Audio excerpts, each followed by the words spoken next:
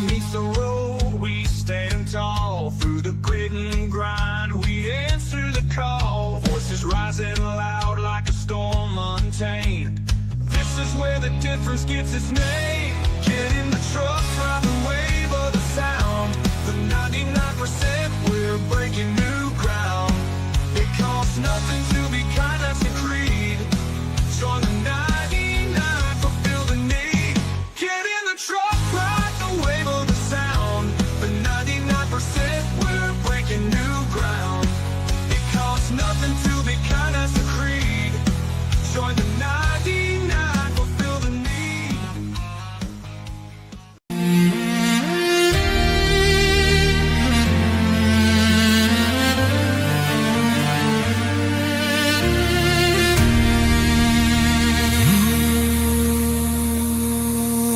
Oh, 250 years, USA. Still growing as we find our way. Our hope, try to stay true by what we try, by what we choose. Happy birthday, USA. Here we stand, still here today. Still here, still free, still becoming what we can be. Hand in hand, come what may. Happy birthday, USA.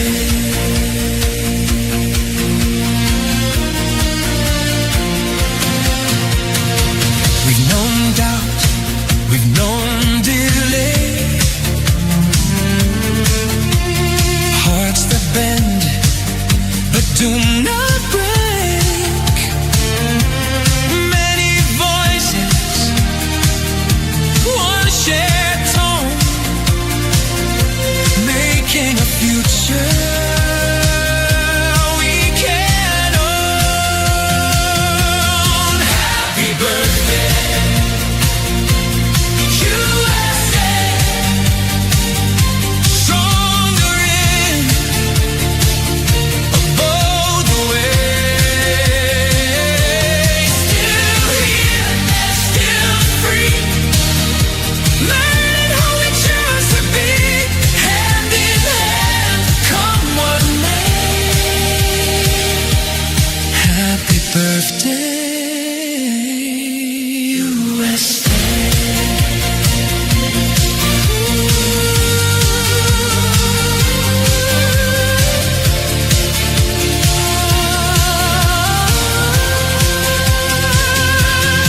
Happy birthday.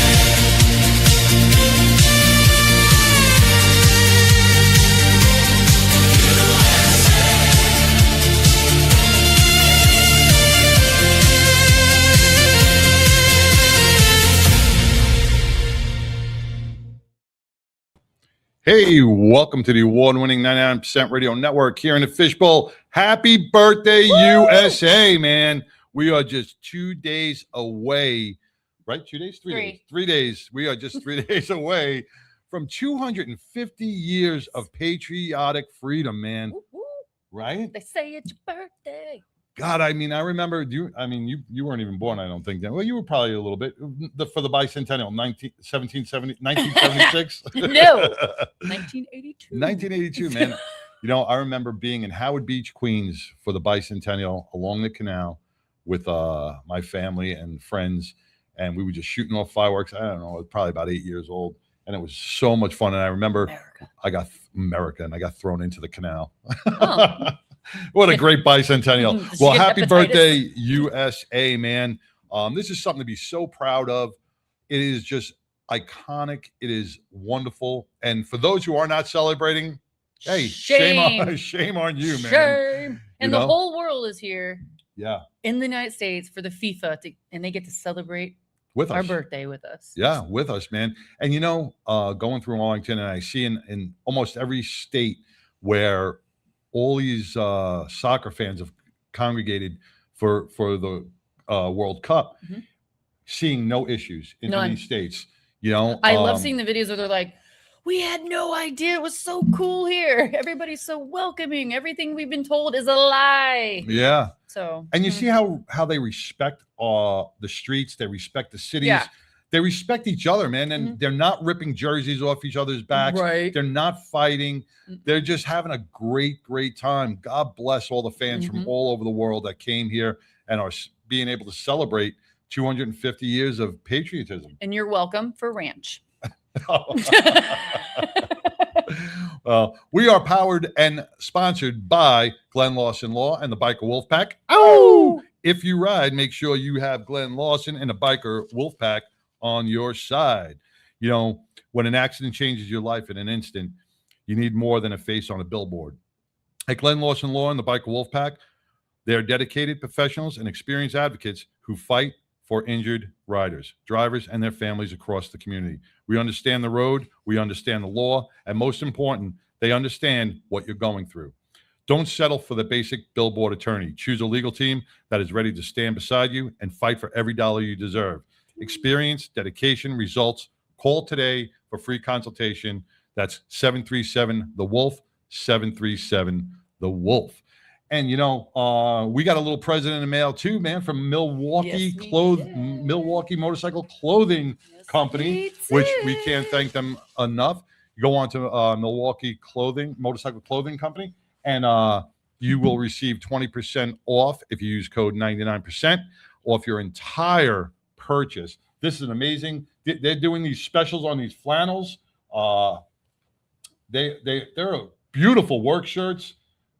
Great for riding in. They're durable. They're thick, right?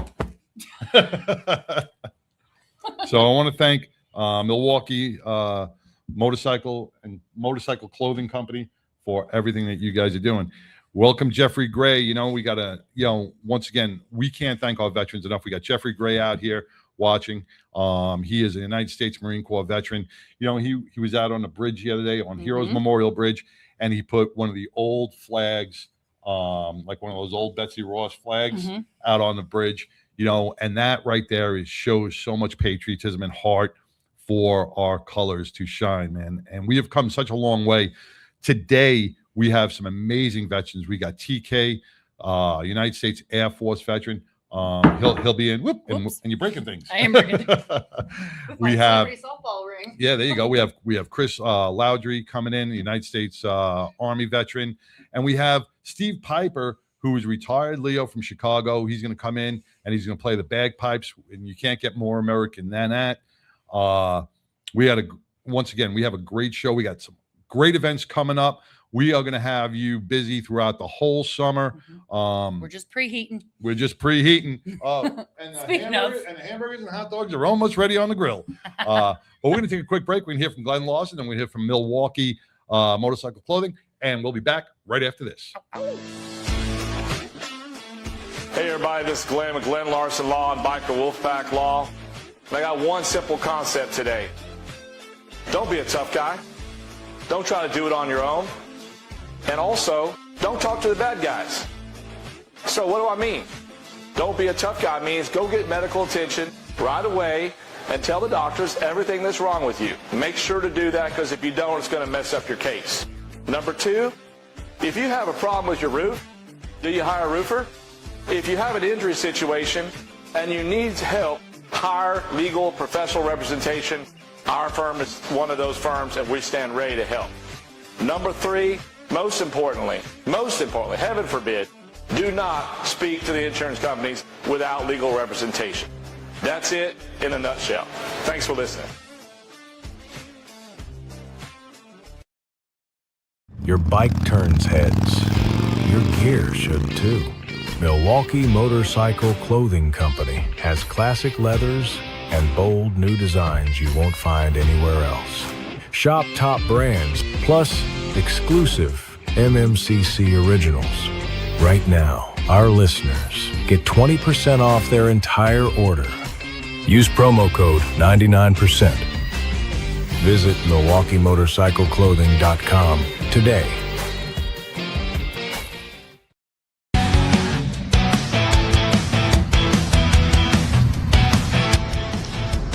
Tracy Sin with Battle and Betties, and I ride with the 99% Radio.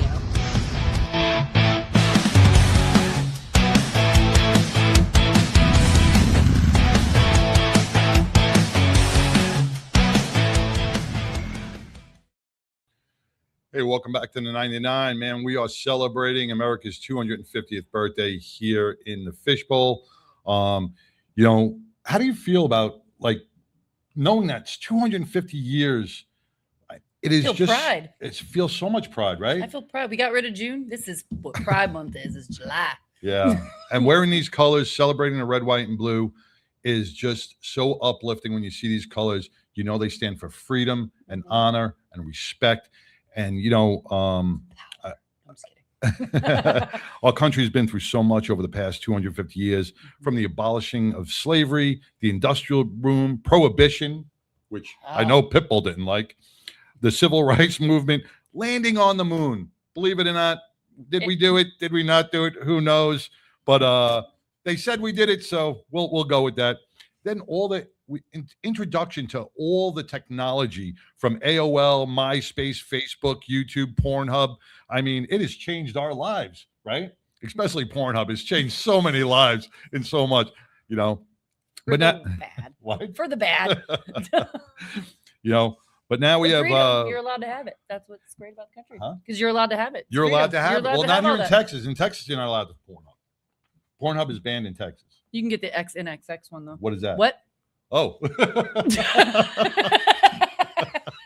Oh, somebody cruising the porn internet. There we go. It's free. You know, and getting back to that, you know, we're now releasing stuff on UFOs.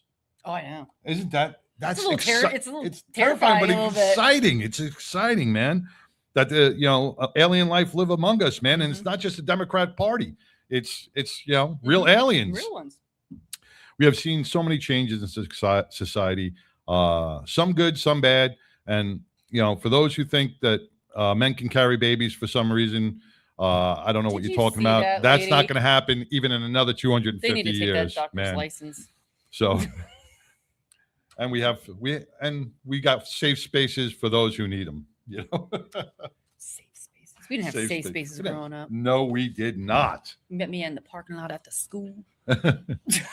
Dealt with the problems. But when we, you know, when we honor our veterans and our first responders, you know, there's one person that always comes to mind, especially in the Dallas-Fort Worth area. You know, you can't go anywhere in any veteran hall, in any fundraising event, and not hear the name Don Graves. Mm-hmm. You know, he sings God Bless America at almost every event, from NASCAR to the White House to memorial parades To Beers and Betties. to Beers and Betties. Man, he is just an iconic feature of DFW and the United States of America. So when I see, you know, the red, white, and blue, I see Don Graves. Mm-hmm. And everybody like him. Yeah, all the heroes like him. And he's got his. Did you get one of his bottles of whiskey last year? Yes, at I Celebrity did. Softball? So Yeah, did I. yeah. Got that signed by Got him. that signed, and I got his little challenge coin. Yep. I got that Mhm. displayed proudly Yes. in my house. You know, so Don is just so iconic. And we had a guest on here a couple of weeks ago, Miles Jackson, who's the auctioneer. And I was, you know, just scrolling through YouTube, and I saw a video from Miles, a dedication to Don Graves. And I thought, no better place than the 99% Radio Network to air that as well. Full credit goes to Miles Jackson. And today's show is going to be dedicated strictly to Don Graves and the service he has done for this country. So if you could just play that video. Thank you, Miles Jackson, for putting this together. It's such a beautiful, beautiful tribute to a great man.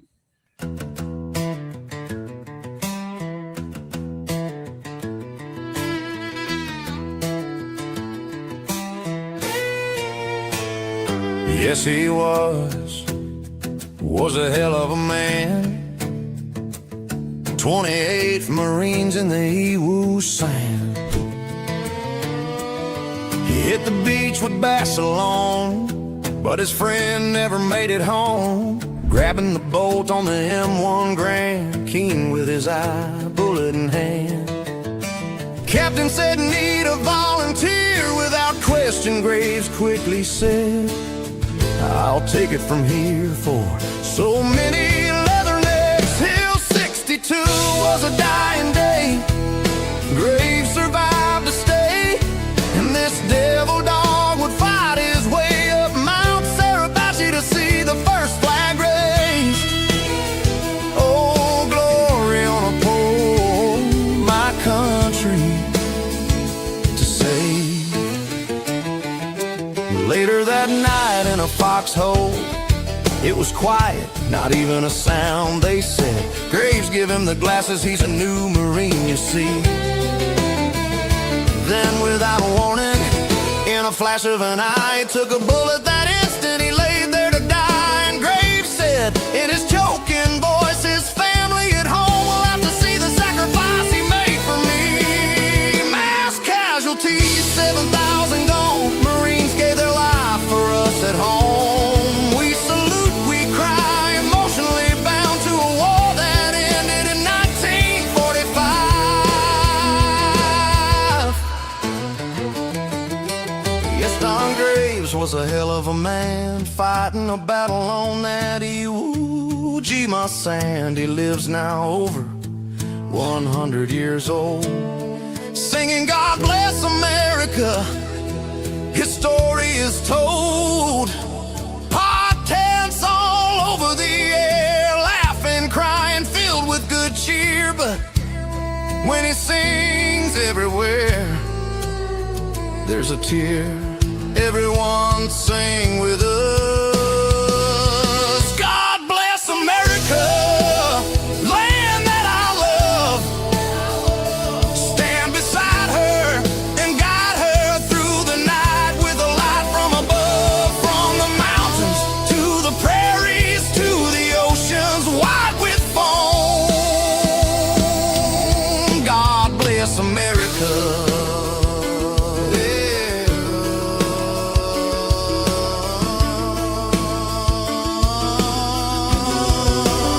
God bless America.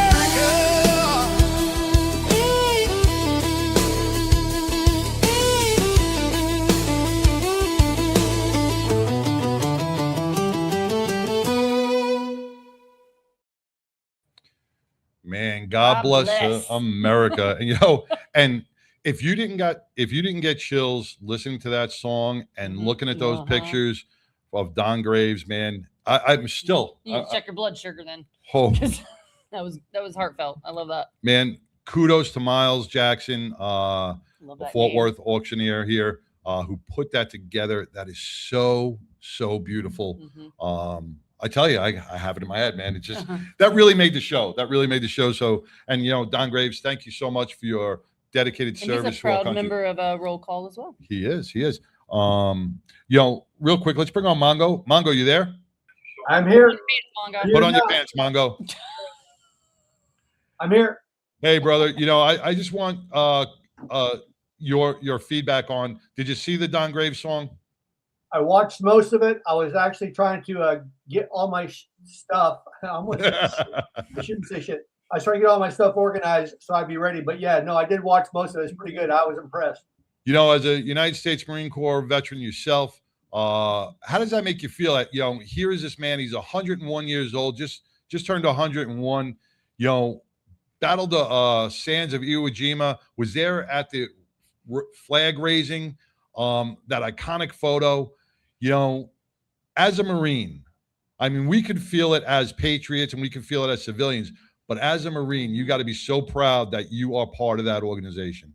He's part of history because part of boot camp, in addition to all the bullshit they give you, in the evening time, it's nothing but Marine Corps history. And if you get to watch a video, it's video of the World War II Marines storming the various islands. So yeah, I've lived it my entire life, and the fact that he's here and the fact that he's a member of this radio program, it's awesome.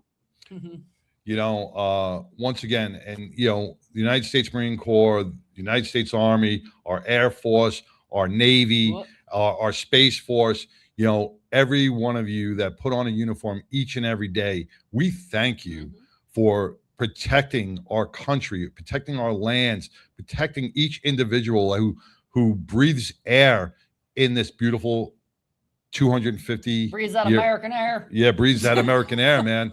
You know, we can't thank you enough. We owe you. We owe those who have sacrificed our lives, Absolutely. their lives for our freedoms. And you And, got to you know- wonder if today's generation, I mean, obviously people that have joined the service, it's all a volunteer service, so they're good to go. But you got to wonder if the youth of today actually realize what the youth of back then did for us, and if they'd be willing to step up themselves. I Well, the know funny some thing of you them say would, that- but I don't know that all of them would. Funny thing you say, my son's 11 and he is totally into war movies. We watch Saving Private Ryan and all that. He totally 100% wants to be in the Army. Wants to do it. He wants, because my husband's 82nd Airborne. He is obsessed. That's his goal. That's great. I love mean, that. you know, and like I said, I just saw a little podcast with Marcus Luttrell, and he was talking about when he wanted to be a Navy SEAL from the time he was 11 years old. And that's where it starts. And you know, it starts with the families. Yeah. You know, if you put your child on the right path, because these kids today I actually think it was are the video not games that learning. influenced him. They're not learning World War II in school. They're not learning about all of our heroes who sacrificed everything for us to have everything. You know, So it's important to take him to, you know, those monuments and things like that. And even I take Max to some roll call things and veteran benefits to see the true hero. My son met Don Graves. I mean, that's amazing. I know. Who can say that? At 11 years old, you got to meet a 100% true hero like that. It's, you know, and Don Graves is here, but every person deployed or not deployed is a Every hero little- all of it. for raising your right hand and taking that oath to serve Be and ready. protect our country and be ready for the battles, and you know, willing to risk your life for the life of a stranger. You know, we have our first responders that do that stuff each and every day, and they are so undervalued. Yeah. And Mongo, you bring up a good point. I don't know if our youth today would be able to step up and battle the way our 18 and 19-year-olds did back in World War II and back in Vietnam Well, when yeah, they were like drafted. Don Graves, I mean, he lied about his age. He was younger. He Yeah, lied about his the age young too. guys joined in. Yep. They lied to get in. Yep. Yeah, because they had pride in our country, and you know, I hope this. You know, I want to believe that we still have that pride, but we're not showing it enough on TV. We're not bringing the American values back to the people within the news.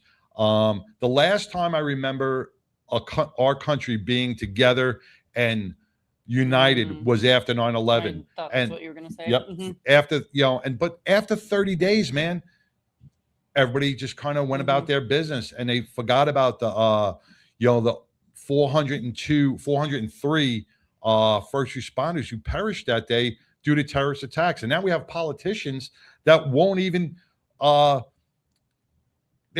like admit the facts that it was a terrorist act. They say some people or those people, they won't even, you know, We have politicians that are lending doubt that it even actually occurred. yeah. We have a politician that just got voted into New York. What? Yeah. What? Yeah. Oh yeah. We got a politician that was voted into New York now that blames the victims. They blame United States for those attacks. They're saying we deserved it. And she's a politician in New York. The voters, What's New York? they voted her in. I don't understand what these people are doing when they go to the ballot box. They're not. They're doing what's influenced to them and what they're just brainwashed, in my opinion. You know, it's going to be interesting this political season because come election day, right now, I think there's over 20 candidates for different positions that are avowed socialist, and by socialist I mean communist. Yeah. And they actually want to change what we do in this country. And these young people buy into it because, like, they're like, well, you know what? I went to school and I got my degree in whatever the fuck I got my degree in, something stupid, and I can't get a job anywhere. So I'm going to live home with mom and dad. But oh, you're going to give free stuff? Free stuff sounds great. Let's do that. And it's really sad what's going on right now politically in this country and the way our kids are coming up, because They want everything given to them, and they don't want to earn it. All you got to do is get out there and start working. I mean, whether you join the military or whether you get a job, just earn it. But they don't want to earn it. But why earn something when the taxpayers, the working man, the working stiff, the average blue collar worker is going to pay the taxes so you can have free stuff. Mm-hmm. Yeah, they're gonna find out the hard way. Yeah, it is. I'm hoping, praying every day that we do have a turnaround. I don't know what it will take. And I hate to say, does it have to take another 9/11? Does it have to take another terrorist attack on our soil to bring people together, to see the impact on the families and our citizenship? For these politicians to wake the fuck up and understand that the American people built this country, and Well, we're not going to just let it go. And another problem that we're having is the Islamic leadership has actually put a hit out on Trump. I saw that today. Yeah, that's what I saw today to myself. And unfortunately, some idiot's going to try that, and you can only get away with not doing it successfully so many times before something actually happens. I've got a feeling something bad's going to happen before he gets out of office. Mm-hmm. God forbid that happens. God forbid that happens. I don't know what will happen with this country. They put out a hit on him and Netanyahu. Right. And it was 88 members of the Islamic community that voted on that said, send President Trump to hell. And, Right. At this point, every American, every politician within our borders should be standing up against Iran right now and saying, that is not going to happen. We will bomb the shit out of you. We will annihilate, we will wipe you off the face of the earth. Mm-hmm. Yeah. Make your country a glass top tabletop. But what's sad is we have politicians in Congress, in the Senate right now that are secretly hoping that will happen. And that is disgraceful. So disgraceful. Mm-hmm. But we have JD Vance too. I mean, that's Yeah. what you guys think you're going to get rid of Trump, but then you're going to let JD. I mean, JD Vance is going to take over it. So I mean, he's. Yeah, but you still don't want to. You don't want it, but I'm saying like you're not getting rid of your. your problem by this violence that you want to put on people. I mean, like it's just crazy. It's horrible when we even think about. I can't commute all that really. Yeah, the assassination of our president. And when JFK was assassinated, our country was together. Our country was even our Republicans and our Democrats stood together side by side. Here you're gonna have these socialists dancing in the streets. Yeah, unfortunately. No, it's sad, bro. And It's the media is super sad. partly to blame. I don't know why they bought into this bullshit, but the media is horrible right now. Well, the world's finding out the media's BS because they're all here enjoying America and posting how great it is here. So and they're all going, I can't believe I've been lied to. This is great here. Absolutely. So. The biggest thing, what made me laugh though, and it was the other day with the Knicks parade. Here the Canyon of Heroes, they had like 1 million people turn out for that to cheer on the Knicks. Every person who is against capitalism that went to that parade, you are nothing but a hypocrite. Yeah. Because every sports team, every athlete is a capitalist. Every one of them. They're not a business owner. No, they're not. They're not the Elon Musks or the Pfizers but they are a capitalist because they make money on what they do. They're their own business. So if you are against capitalism, you shouldn't have been at that parade. You shouldn't be going to sporting events. You shouldn't be doing any of that because all our athletes are, in essence, their own business owners and making millions and millions of dollars. Well, that means all those TikTok people too. Yeah. TikTok. Yeah. Making money on yourself. I mean, well, all right. We'll be bringing you back on in a little bit, Mongo. You can put your pants back on. I think we got Lori Montoya. Is she on? I'm not wearing them for the entire show. Huh? I'm not wearing them for the entire show.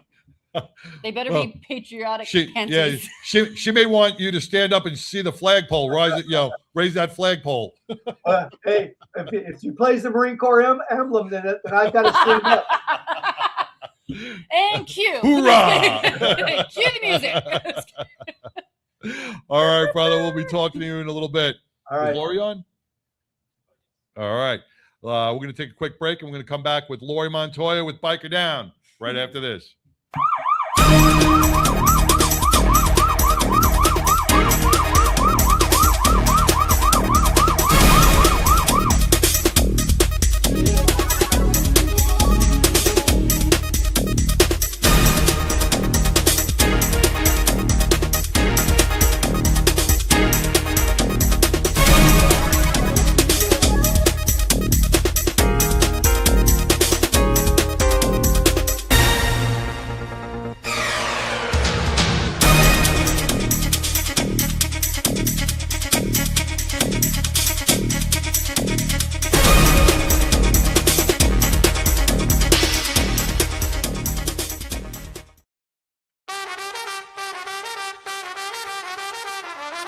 Red lips, tied up curls, high heels, flag unfurled, Lone Star Stitch on their seams, Sunday drives and freedom dreams. They roll up to the VA gate, coffee cards, they're never late. Laugh lines, old stories glow, they salute, then steal the show. Hey!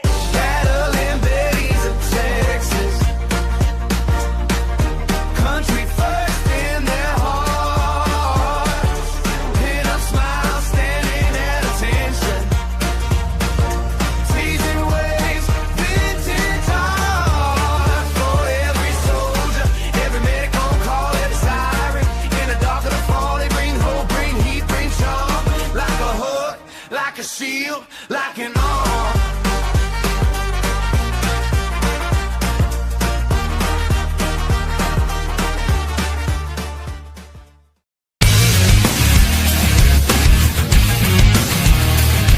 Hey everyone, my name is Alex Arkangelski, CEO and co-founder of Break Free Technologies, and this is Break Free, a motorcycle helmet accessory that easily mounts to pretty much any motorcycle helmet out there, and it's the simplest way to improve your visibility day or night.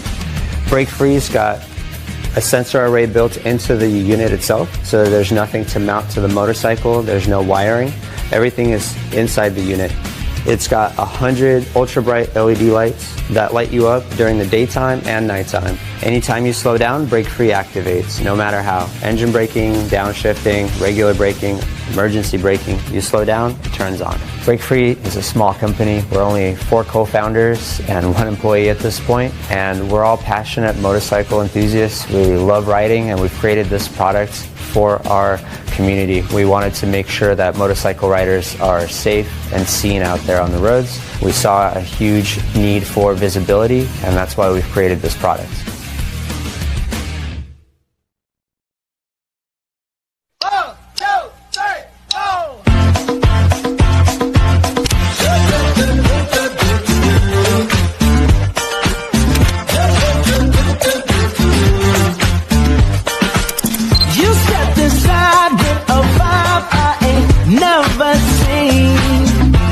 Yes, you did. Your bike.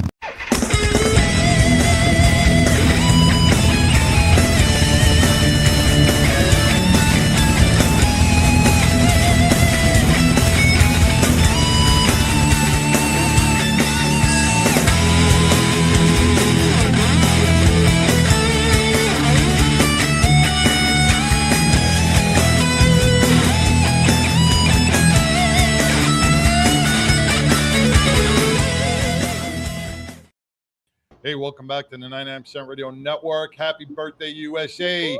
Happy birthday, America. Happy birthday, America. Welcome, Lori Montoya with Biker Down. How you doing, Lori? I'm good. Obviously, I'm back in my office in Colorado, and just really great to be celebrating 250 years of being proud Americans. And I was kind of thinking as you all were doing that segment that you guys come from a military family. Mongo comes from a military family. I come from a military family. My father served in Vietnam. My son-in-law gave 21 years in the Coast Guard. My special guest that I'm going to have on today, her husband was in the military. Her son served in the Marine Corps. And that's the way that we bring back unity in this country is the families of those that have served must carry on that message. And we're having an overwhelming number of people signing up to enter into the military. And all of those people will have families, and we must just keep loud and proud. And I was just thinking, as you all were doing that, we will never apologize for being an American. No, And I think 100%. that's just the way that we have to look at it.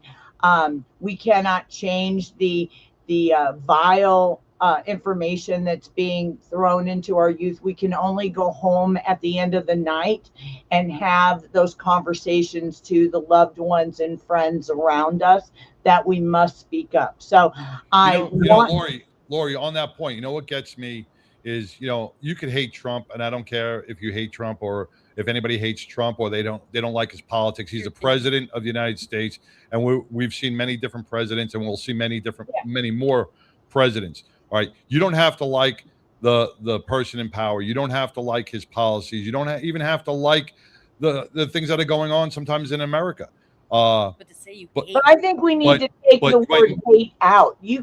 I can dislike previous administrations. Of course. but I've And never I said think I that's hate the America. word is we need to take the hate out. But what we want to do, because we're running a little bit late on your show, and I know you've got a lot of great guests, is I would like to bring on, I want to talk about American pride and how, last week we talked about the women's ride and how Yes, empowering women. brought home the world record. So I'd like to bring on, her name is Miss Dazzlin, and as I was doing her resume, it's about as long as my arm, but her name is also Shannon Ventura, but she likes to be called Miss Dazzlin. She's the marketing manager in Las Vegas for Full Throttle Law. She's a very proud sponsor of Biker Down for over 8 years. She's my best friend. She's president and founder of the Bling Divas Motorcycle Club, and it's a national women's MC, which having a woman's MC is much more difficult than having a man's group start an MC. Yep. She's an AMA, oh God, I just lost it. I just had a blank. Our motorcycle, our class, Oh, AMS. Yeah, AMS. no, it's not AMS. Accident scene management, ASM. ASM. Yes. She's Buy 'em an out. ASM instructor, and because of me Biker Down introducing that to her probably some 8 years ago, she's trained in the state of Nevada over thousands of motorcycle riders.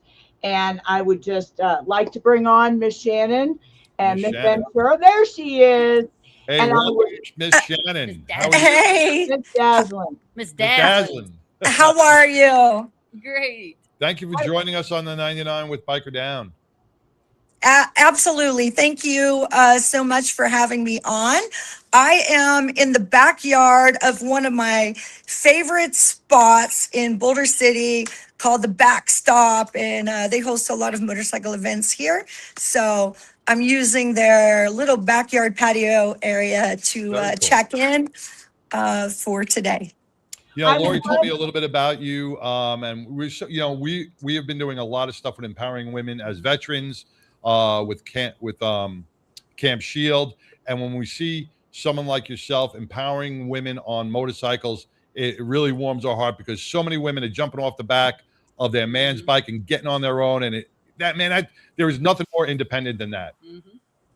I agree. So I rode on the back for about 20 years. I loved it. Never had the desire to ride my own until I lost my husband in a divorce. So I didn't actually lose him. Oh, But, I was about to say, I'm so sorry. Don't be sorry. It was amazing. So for 3 years, I just missed the culture. I missed riding, and I would go into the Harley Davidson dealership to buy a bike, but I'd get intimidated and I'd leave with a new t-shirt.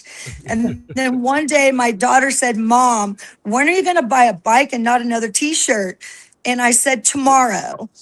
And so I bought a bike. I didn't even know how to turn it on. I test rode it on the back with the salesman. It had to be delivered. And 2 weeks later, I went to the college and learned to ride. And, you know, the quote of the rest is history. Now I have 5 Harleys.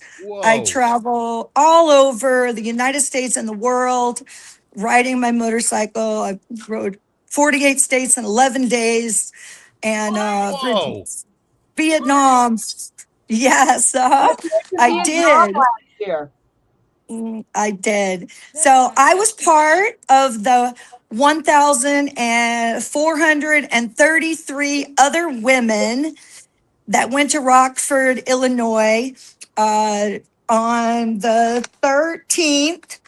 I just received my world record Atlas certificate for breaking the world record for the most women on motorcycles in one place. We ended up breaking 3 records, actually. We also broke the record for nearly 1,500 women in one spot for a motorcycle event that was for women. We also broke a 3rd world record, which was the longest procession of women on motorcycles, which Wow. spanned 31 miles. 31 miles of women on wheels celebrating. I gotta say, that would scare the shit out of me. I'll tell you right now. I can tell you, might have scared the shit out of the Illinois State Police. Hey, Also, we have guests right here in the studio from Illinois and Chicago. They're going to be our next guests on. But yeah. what's amazing is that on top of that, she left Las Vegas, and I think it took you 2 days. I mean, when I tell you a turn and burn, she came right through Colorado. It was like, girl, I love you. You're my bestie, but I got to go. Bye. And You know, Yeah. being part of that record breaking, and correct me if I'm wrong, Lori, you said last week we stole it from what, Canada? No, Australia. Australia. Australia. Yeah, Australia. And you broke it by Yeah. a large margin too, right? Over 400 more. They've been trying to break the record in the United States for about 4 years. Colorado, Susan Brisky made an attempt at it. Iron Goddess made an attempt at it in California with over 700. But Midwest women riders have been trying for a while. Ellie Rain, she is the organizer of this event. She did amazing. She is a woman's woman. And so when I say that this event, if you've been around a lot of women at one time, it can get a little catty. I saw none of that. Like, really, I saw tears. I saw women that had never ridden in a pack before being uplifted and supported by other Win sisters, women that came from 30 miles and women that came from 2,000 miles to get there. And the camaraderie and the passion and the love all around motorsports.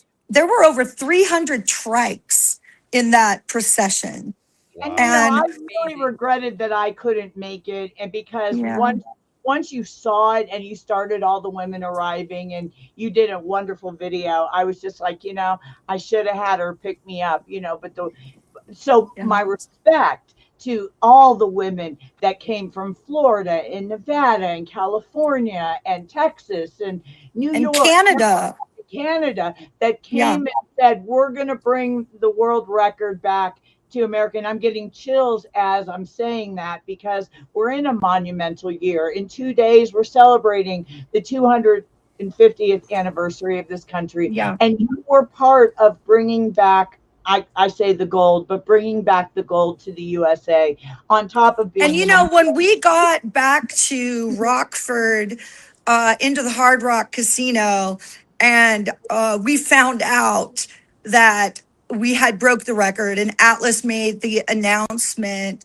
All of the World Cup stuff was going on that weekend as well. And when we all came into the casino, into the Hard Rock, the entire casino started yelling USA, USA.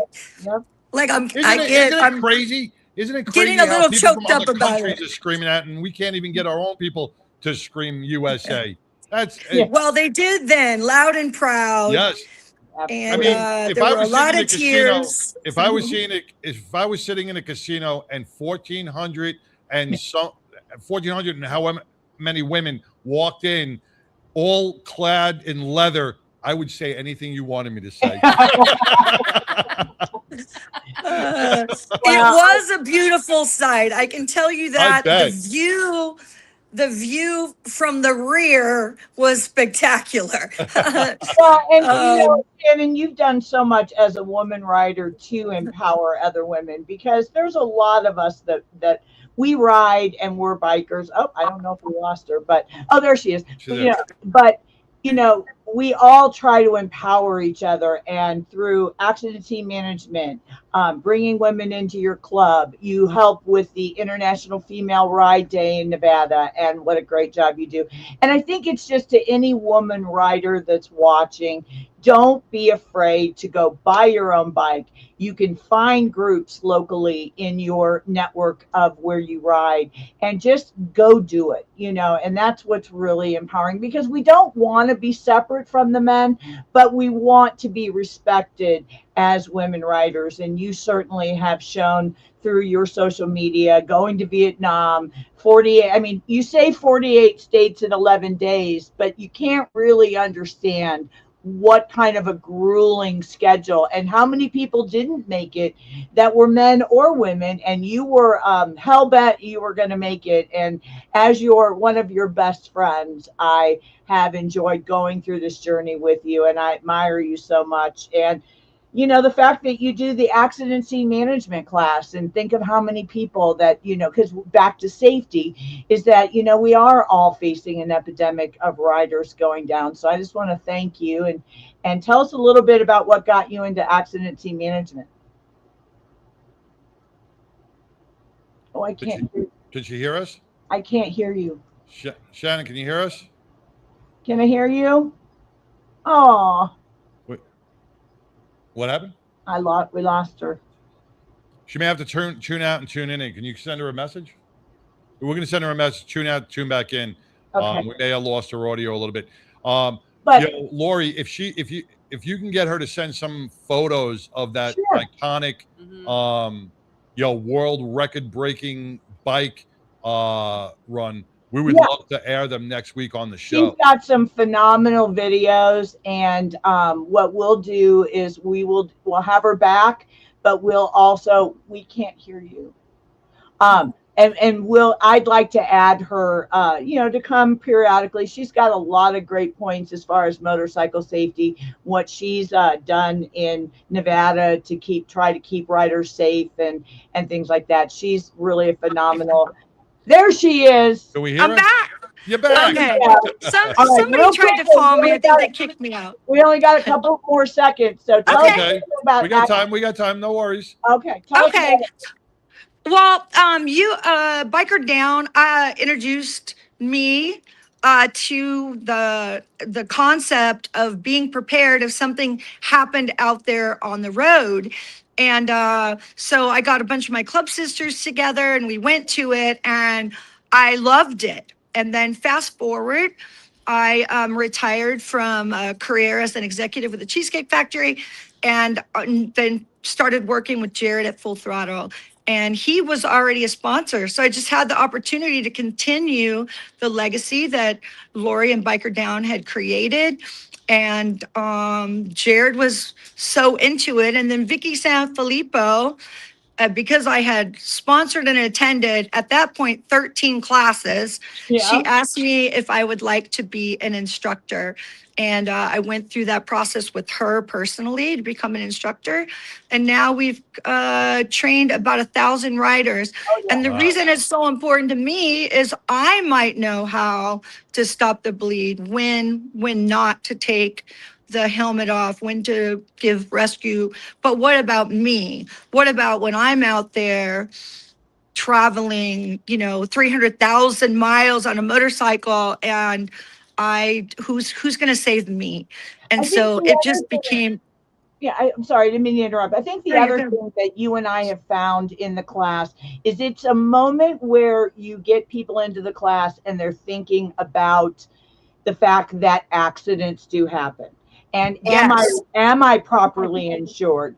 Do I know what to do? Here's the horror stories of what can happen. I have a help request on my desk right now of a gentleman that tried to pass another bike, hit a curb. His leg actually disconnected, and the other rider that was riding with him called 911 and did not know how to do a tourniquet. And the 911 operator had to talk him through it to save the gentleman's life. And it's something as simple as that. And I know that it's not the warm and fuzzy that, this is a fun show. And, I always tell you, I want to be the fun girl. But the reality is that class saves lives. 100%. I think it's fun to know that. I think I love doing the CPR classes, all the first aid stuff. Like, I think it's cool to know that. And it's even good, even if you are a passenger bunny, if you are somebody who's always on the back of the bike of your man's bike, or it's still a great class to learn. It's knowledge is power. And, you may be the one, even though you're not the rider itself, you may be the one on the back rendering aid. And let me tell you what it also allows is, so I was first on scene after I wasn't the first on scene. I was just the first one that rolled up, that jumped into action. And unfortunately, we lost that older lady. She passed away in my arms, and I was devastated. And I remember I called Lori, I called PK, I called Heather, I called Jared, and was like, what did I do wrong? What could I have done differently? And I was really in my headspace. And I just remember a portion of the class where they say you can go home at night knowing that you did something, that you did everything that you could that was within your scope of training. And that's how I got through it. She had the traumatic. They are. It's not like MASH where you can, stick a pin in their neck and all that stuff. That's not real. But having that skill set to possibly save a life, or having that trauma kit in your bag so that if you need to use it, that you can use it, is so vitally important. And, Miss Shannon, speaking of military, she comes from, hey, fucking dog. If it's not my mom, it's my dog. We're all dog lovers, so the dogs are great. The dogs are great. But Miss Dazzlin, I'm sorry, I can't stop calling her Shannon because she's my bestie. But Miss Dazzlin, I wanted to really thank you for coming on. I've been trying to get you on for a while, and you really helped accomplish an amazing thing. And evidently, my dogs need me, so I have to sign off. Am I going to see all of you on the Moonshine Bandits cruise? Yes, you will. Red, white, and blue booze. Speaking of red, white, and booze. Yes, we are booked. I'm booked too. We are booking more and more each day. We are spreading the word here in Texas. I am looking to get a tour bus to be at my house where everybody can park their car. In Dallas, Shannon. And we can go from Dallas to Galveston, all on the party bus. Everybody just drives. I'm digging that. Right? I'm digging that. We're driving for nobody. Let's fill up that bus and let's have a great all time. party on the way to Galveston. Okay. I love that. Thank you so much for coming on. God bless America. Thank you. Thank you. God bless. God bless America. God bless our veterans. Let freedom roar. Hell yeah. Love you Thank guys. you, Lori. Love you guys. See you next week. All right. Thank you, Shannon. That was Miss Jaslyn and Lori Montoya with Biker Down, breaking the world record in Illinois. 31 miles. 31 That's miles. here. All women. All women. That's my whole ride from my house to here. I know. I mean, that's wild. That is so impressive. You know, more women are getting on the bike. It's the empowerment of women. It's great. I dig what these women are doing. It is amazing. You know, especially with even when we had Cam Shield on, man, such strong women, man. It's great. Oh, badass. We're gonna take a quick break. We're gonna play a little bit. We'll play an ad for the Red, White, and Booze Cruise since we brought that up, and then we're gonna be back. We got TK with the Celebrity Softball Classic, and he's a United States Air Force veteran, and then we also have a special guest going to play a little music for us when we get back from the Chicago PD right after this. Hats, flip-flops, coolers and brews. Taillights, tattoos, yeah, she's red, white, and booze. Sunshine, good times, tied up pontoons. Taillights, tattoos, yeah, she's red, white, and booze. Got the whole boat bouncing like a trampoline. Light up the stash like it's gasoline. Boom, boom like the 4th Uncle Sam and we. Lit like a fire on a sandy beach. Ain't no lightweight, does it the right way. Post Malone, I got another Bud Light race. Tatch on her back, getting high and sideways. The tan on her thigh, still bright from light rays. Make them waves when the Spotify plays. In your black bikini, in your black fly shade. Show the rest of the world how you love to get loose. All American girl, red, white, and booze. Straw hats, flip-flops, coolers and brews. Taillights, tattoos, yeah, she's red, white, and booze. Sunshine, good times, tied up pontoons. Taillights, tattoos, yeah, she's red, white, and booze. Look at little mama, she got a little drama. Now hop your big booty up in the Super Duty. We're gonna take it to the lake for the day, then later on the night we all gonna get right. Fire up the green, call up the team. Might see some things you ain't never seen, like 3 girls playing Twisted Naked. Heard birds saying I can't take it. Text screaming out shake it, shake it. Good Lord, I hope we all make it. Don't worry about.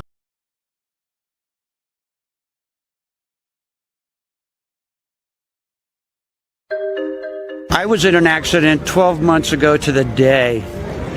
I was driving on southbound Santa Fe and somebody did a suicide left in front of me and I T-boned him at 45 miles an hour.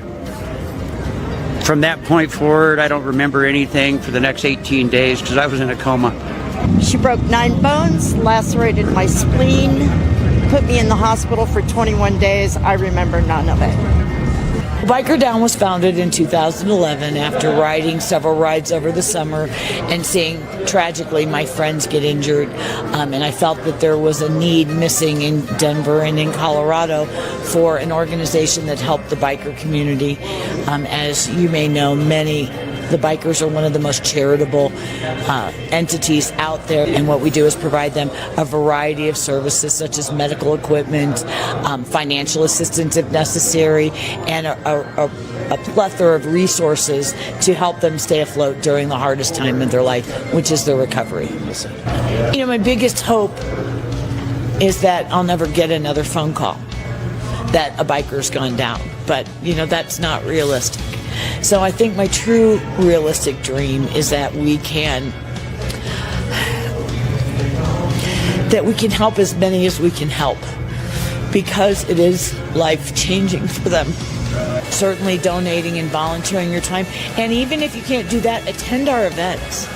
You know, attend our event and get a $20 t-shirt for your $20. You know, those kind of things make a big difference in a small nonprofit like ours.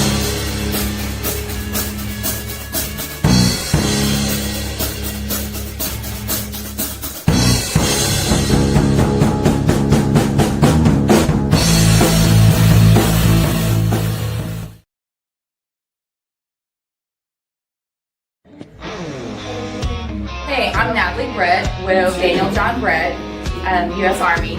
I am with Three Star Families of America and Heroes in the Sky, and I ride with 99.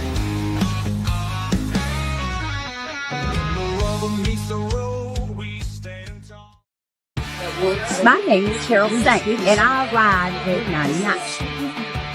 Hey, I'm Homie, And I ride on the 99. You can watch it every Wednesday, 99% Radio. Hello, beautiful people. I am Chaz. I ride with 99, baby. Woo! 99% Radio every Wednesday. Stay tuned. Woo! Y'all be fantastic. Right.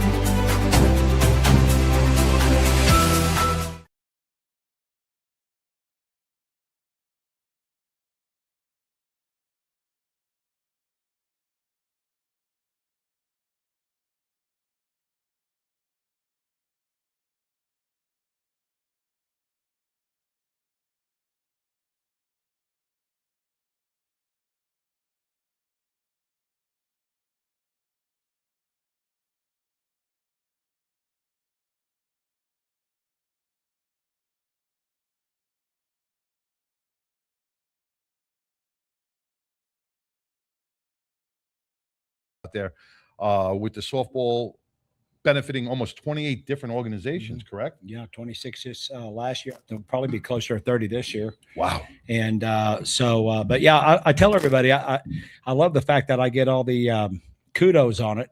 But the reality is that really, I think the only kudos I could take from it is just being the knucklehead that was, put that you're like, oh, let's do a celebrity softball game. And this thing has gotten so ginormous that it literally, as you guys know, it takes an absolute, the entire world, it seems like, because we got people coming from Germany and the UK and Mexico City and Calgary and Australia, then all over the United States, Alaska, Hawaii, everybody comes in from everywhere. And then everybody, whether you donate $1 or, $100,000, every single donation matters. Yes. And I couldn't do it without you guys, without the celebrities that obviously come and play, without the veterans that come and play, without the celebrities and veterans that come and show up that don't even want to play, that just want to hang out. So, I mean, and as you guys know, it is literally a family reunion weekend. The one thing and what I found out from you a few years back, and, how big this has become, the Celebrity Softball Classic has become, because everybody wants to give back. Celebrities from all across the world want to be part of this, that they come here on their own dime. Yeah. They come here because they want to give back. They want to be part of this. They want to share whatever they can. They want to be able to be part of that platform to give back to all those great nonprofit. Yeah, I could afford them anyway. I mean, it's already a $200,000 weekend, and people's like, oh, the stadium's not free. There's nothing free. Yeah. And but what we decided to do is, a lot of nonprofits will have a black tie gala, and they'll raise $300,000 for their gala to make $75,000 for their charity. And, being a part of so many great foundations, charities, and being on their boards for over 10 years, 12, 13 years, and then finally getting off all the boards, it was something like, what can we do to do more, to help more? So what we decided to do is like, look, let's use the Celebrity Softball Weekend as a platform for charities to use us to raise money for themselves. They get to keep 100%, but they get to bring the people that are donating to them to the weekend. And that's been kind of a great trade-off. And there's even charities that actually put us in their sponsor decks now for their black tie gala still, or their golf tournaments. Or, we have one female veteran charity. She's raised over $120,000 in 3 years. Wow. And hasn't done anything except make phone calls and bring people to the weekend. When it's a good cause, that's the way to do it. It's easy to do when it's a good cause and people want to give back. We also have another guy in the studio, a veteran, Leo, law enforcement officer here from Chicago. He now lives here in Texas. Has been part of the Celebrity Softball Classic for so long, right? Well, you can't resist a Chi-Town guy. I mean, we got some Chi-Town family, myself from Cicero. So, when I got introduced to Steve, and it took me a couple seasons before I even got him in there because he's so overly booked. I mean, even our weekend, he's, I think, got 3 or 4 gigs to do before he's hauling rear end to try to get to ours on time. So, Steve is phenomenal. And as you know, last year was such a huge hit with the crowd and doing the bagpipes before the game. So, it's so awesome to have him. Well, let's introduce Steve Piper, retired Leo with Chicago PD, playing a little tune for us to celebrate the United States of America's 205th birthday. Hit it, Steve.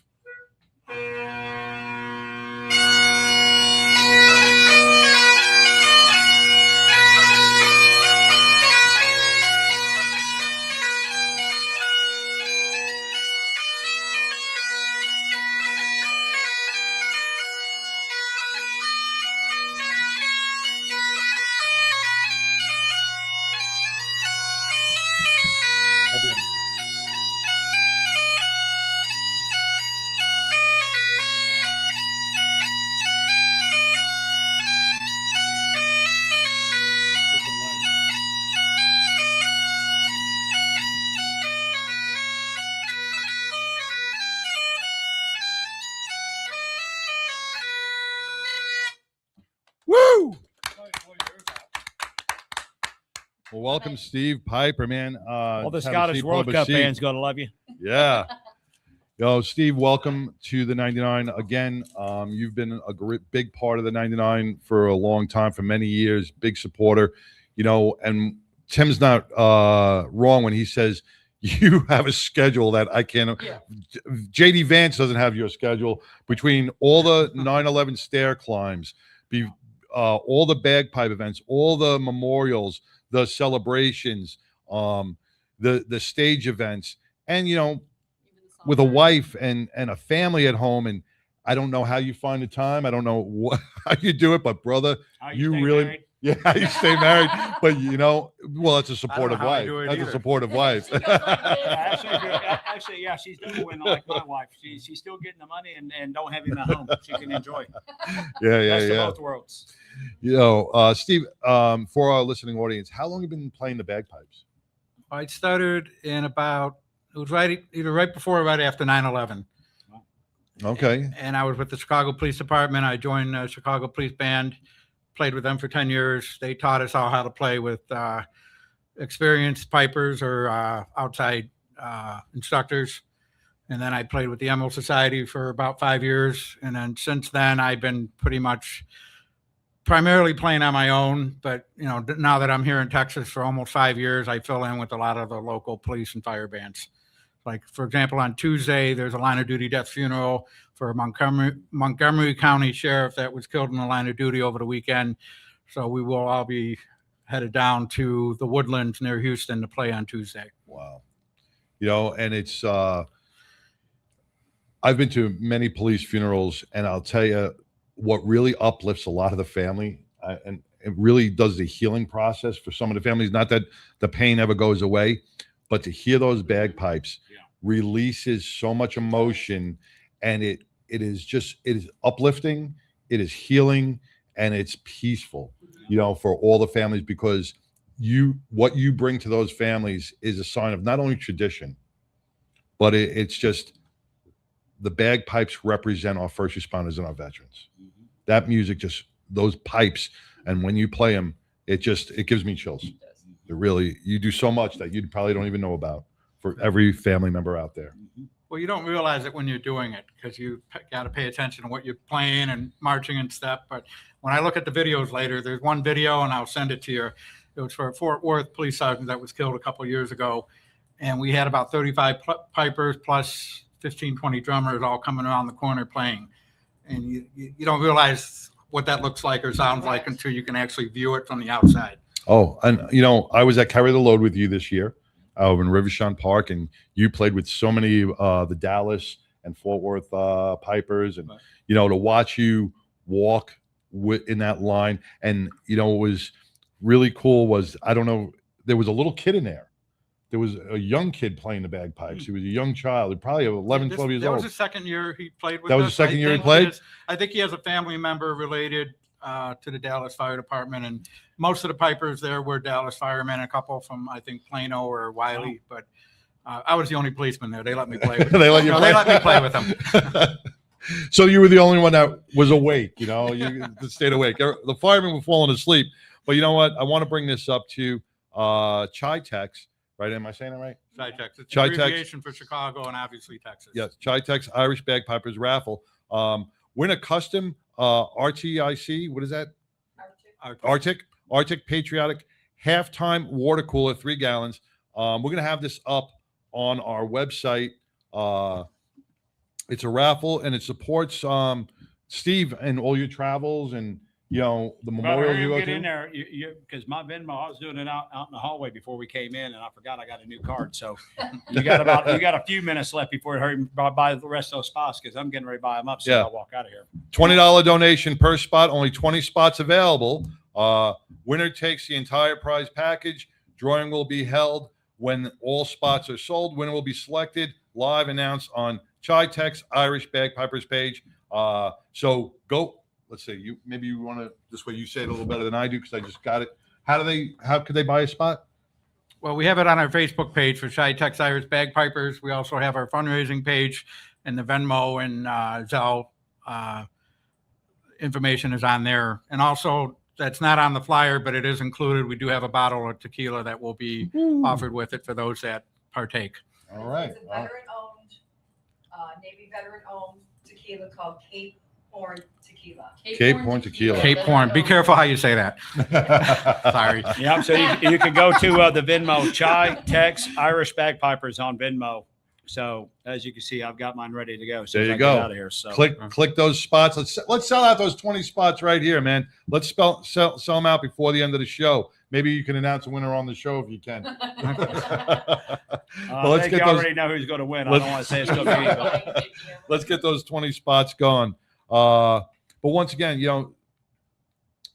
250 years of American pride, and the celebrity softball. We are also celebrating or honoring our 25th anniversary of our 9/11 heroes who perished after those terrorist attacks in 2001. we actually got two things on 9/11, right? Because you got Benghazi. Yes. Right. Yeah, Benghazi. So friends of mine, John Tigan and Mark Geist and Tonto, that were there. A lot of people forget about the 9/11 on Benghazi that happened, and we lost four Americans on that. And then obviously the 25th anniversary remembrance of 9/11.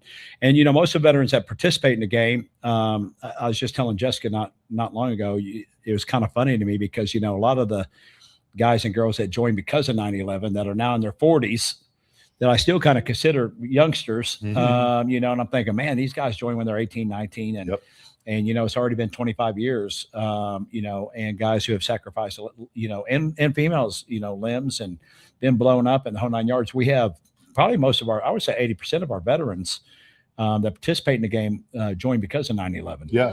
So it's going to definitely be an emotional day. Obviously, you got Steve kicking it off. You got Don Graves, doing God Bless America as always. We have the fireworks after. We got a lot of special things in between innings that's going to take place and have fun in remembrance. And, even though it's we consider it a celebrity game, this year it really is all about the veterans. And, and we've actually kind of changed our moniker on celebrity softball. Will Kane, when I was on his show on Fox last year, the Friday night before our event, me, him, Bonnie Jill, and Jim McMahon, as we were leaving, he's like, it sounds like this is the most patriotic celebrity game in America. And I was like, I'm still in that. So, I literally told my PR people and marketing people that night when I got to the event, like, hey, starting next year, start coining the phrase that we are America's most patriotic celebrity softball game, because nobody has the veterans and celebrities that we do that play in the games. This will be our 12th year. Last year we had 26 different charities, and again, they were able to use our platform to help raise money for themselves, and they raised over $1 million last year. And I think we'll probably be closer to about 1.5 this year, and probably closer to 30 charities that are using us and our platform. Because again, it doesn't make sense to spend get all your sponsors and everybody to raise a bunch of money to have a black tie gala or a golf tournament, and then get a third of what you raise. Like, take all the money that you're going to raise for that event and just bring them all to my event. I mean, what the hell? Like, we're already paying for it. And no offense, our event's 10 times better, 100 times better than your event. I promise you. So, and again, even like, on our Friday nights, you can't even buy tickets. It's either you're invited or you're not invited. You either know where it is or you don't know where it is. And it makes it special. And we had over 1,000 people there last year. On that Friday night? Yeah. And even the hotel is actually getting work. You don't really realize it in the ballroom because people come and go, but it looks like a trail of ants from the hotel lobby bar all the way up to the ballroom bar. And, and I mean, the ballroom bar, probably has a few hundred people down there drinking. And then there's a trail of ants between the two. And then you got, 800 to 900 people in the ballroom. And then you have your job the next day trying to herd all those people out of the pool area. Yeah, that's the hardest part of the weekend. It's 2:00 telling everybody it's time to get out and get over. If you're playing in the game, get out and get over to get ready, start getting ready, right? So, but no, it's just a great weekend. Carl's House, dear friend of mine, Chuck Campbell, they came in last year as our title sponsor. By Friday night, he was like, hey, we're definitely in for next year. Saturday, before I took him out on the field, he was like, hey, after the pool party day, because last year was his first year, he's like, after pool party day, Ashley and I, his wife, beautiful wife, Ashley, he's like, we want to commit to do this for the next 10 years. Wow. So, Carl's House, Chuck Campbell, Ashley Campbell, thank you very much. They are, he was laughing. We were texting back and forth, I think Monday. He's like, don't forget, we're tied at the hip for the next 10 years. And I said, well, be careful what you ask for. That means you're tied to, you got me tied with you for the next 10 years. So be careful on that, pal. So, but Chuck has done a lot of great things too in helping bring great celebrities like Rocker Steiner, who I just got to meet first time last year. He just got out of surgery, I heard. Yeah. He got a bad neck injury. I don't think he's trying to get back for the NFR this year. I don't think he will, just to be safe. But I believe he will be at the game, not to play, but just to participate and have fun. And then we got so many other new celebrities that are coming on top of all the celebrities from last year. And it just keeps getting bigger and bigger every year. And I'm just so overly grateful and thankful for everybody who helps out, participates, and gets involved, from Steve to you guys. And you guys promote it all year round as well, and everything you guys do and go. And it should be a lot of fun this year as well. And now this is our last year that we're going to do it in the fall. So after this year, I'll announce at Celebrity Weekend what the date will be in June of 2027, but we're going to move the game back to June. Okay. And the reason why is because in doing my research and looking, the weather in June and September are identical. Hot. So It's Texas. but it's hot. It's not So August. it doesn't really matter if we have in September or June, but if we move it back to June, I have a lot of current NFL guys that want to play. Micah Parsons was actually at the game last year. He was injured. They were on a bye weekend.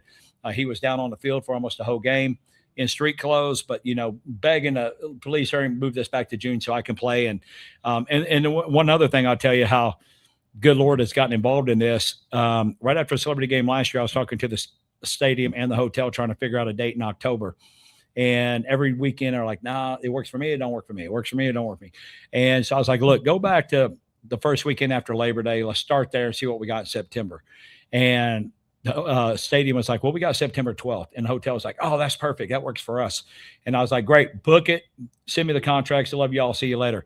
And I hung up. I said, September 12th. That means our party's going to be September 11th. And I'm like, wait a minute, what year are we in? Oh my God, it's 25th anniversary. Like, just the good Lord threw me a bone that I wasn't even paying attention to. That's actually going to help blow it up. And then, like you said, we're celebrating the 250th anniversary of America, which we'll have the 25th anniversary 9/11 patch. We got approval from them to put it on the jerseys. And we Nice. got the 250th year anniversary patch that we're going to put on the jerseys as well this year. Also, both teams, before I forget, we're representing. So this team, which was Back Home Patriots, the white team, will be the NYPD. Nice. So they'll all nice. have the NYPD hats. Representing. Yeah, and so obviously Steve's got to get a white jersey. The red team, which will be Carl's house this year, is usually helping a hero. They're always great partners, but they are going to actually be in DC this year during the Celebrity Weekend. So Carl's house is going to fill that void for them while they're out of town. But Carl's house will be red, and they're going to represent FDNY Fire Department, which has kind of worked out too, because when we did the jerseys, before we even thought about the hats, obviously the white lettering, and then the fire department has the red lettering. So obviously the fire department's going to go great with it. Looks great with the red jersey. The NYPD looks great with the white jersey. So again, another gift the good Lord threw us. Celebrity rings are going to be off the hook this year. I mean, we got so many great things that's going to happen this year. I can't wait. Not going to be quite as big as that. We're actually going down in size every year from the satellite we had a couple of years ago to that one to, we're going to go down a little bit. And but yeah, it's just exciting. It's fun for me personally. It's a big family reunion. It's my opportunity to get to, from a selfish standpoint, it's my opportunity to get to see everybody I love and care about and in one weekend. And, the better part is the veterans, everybody who participate in the game, there is no general admission. There's no VIP. If you're there, you're VIP. Our veterans are treated just as properly as our celebrities.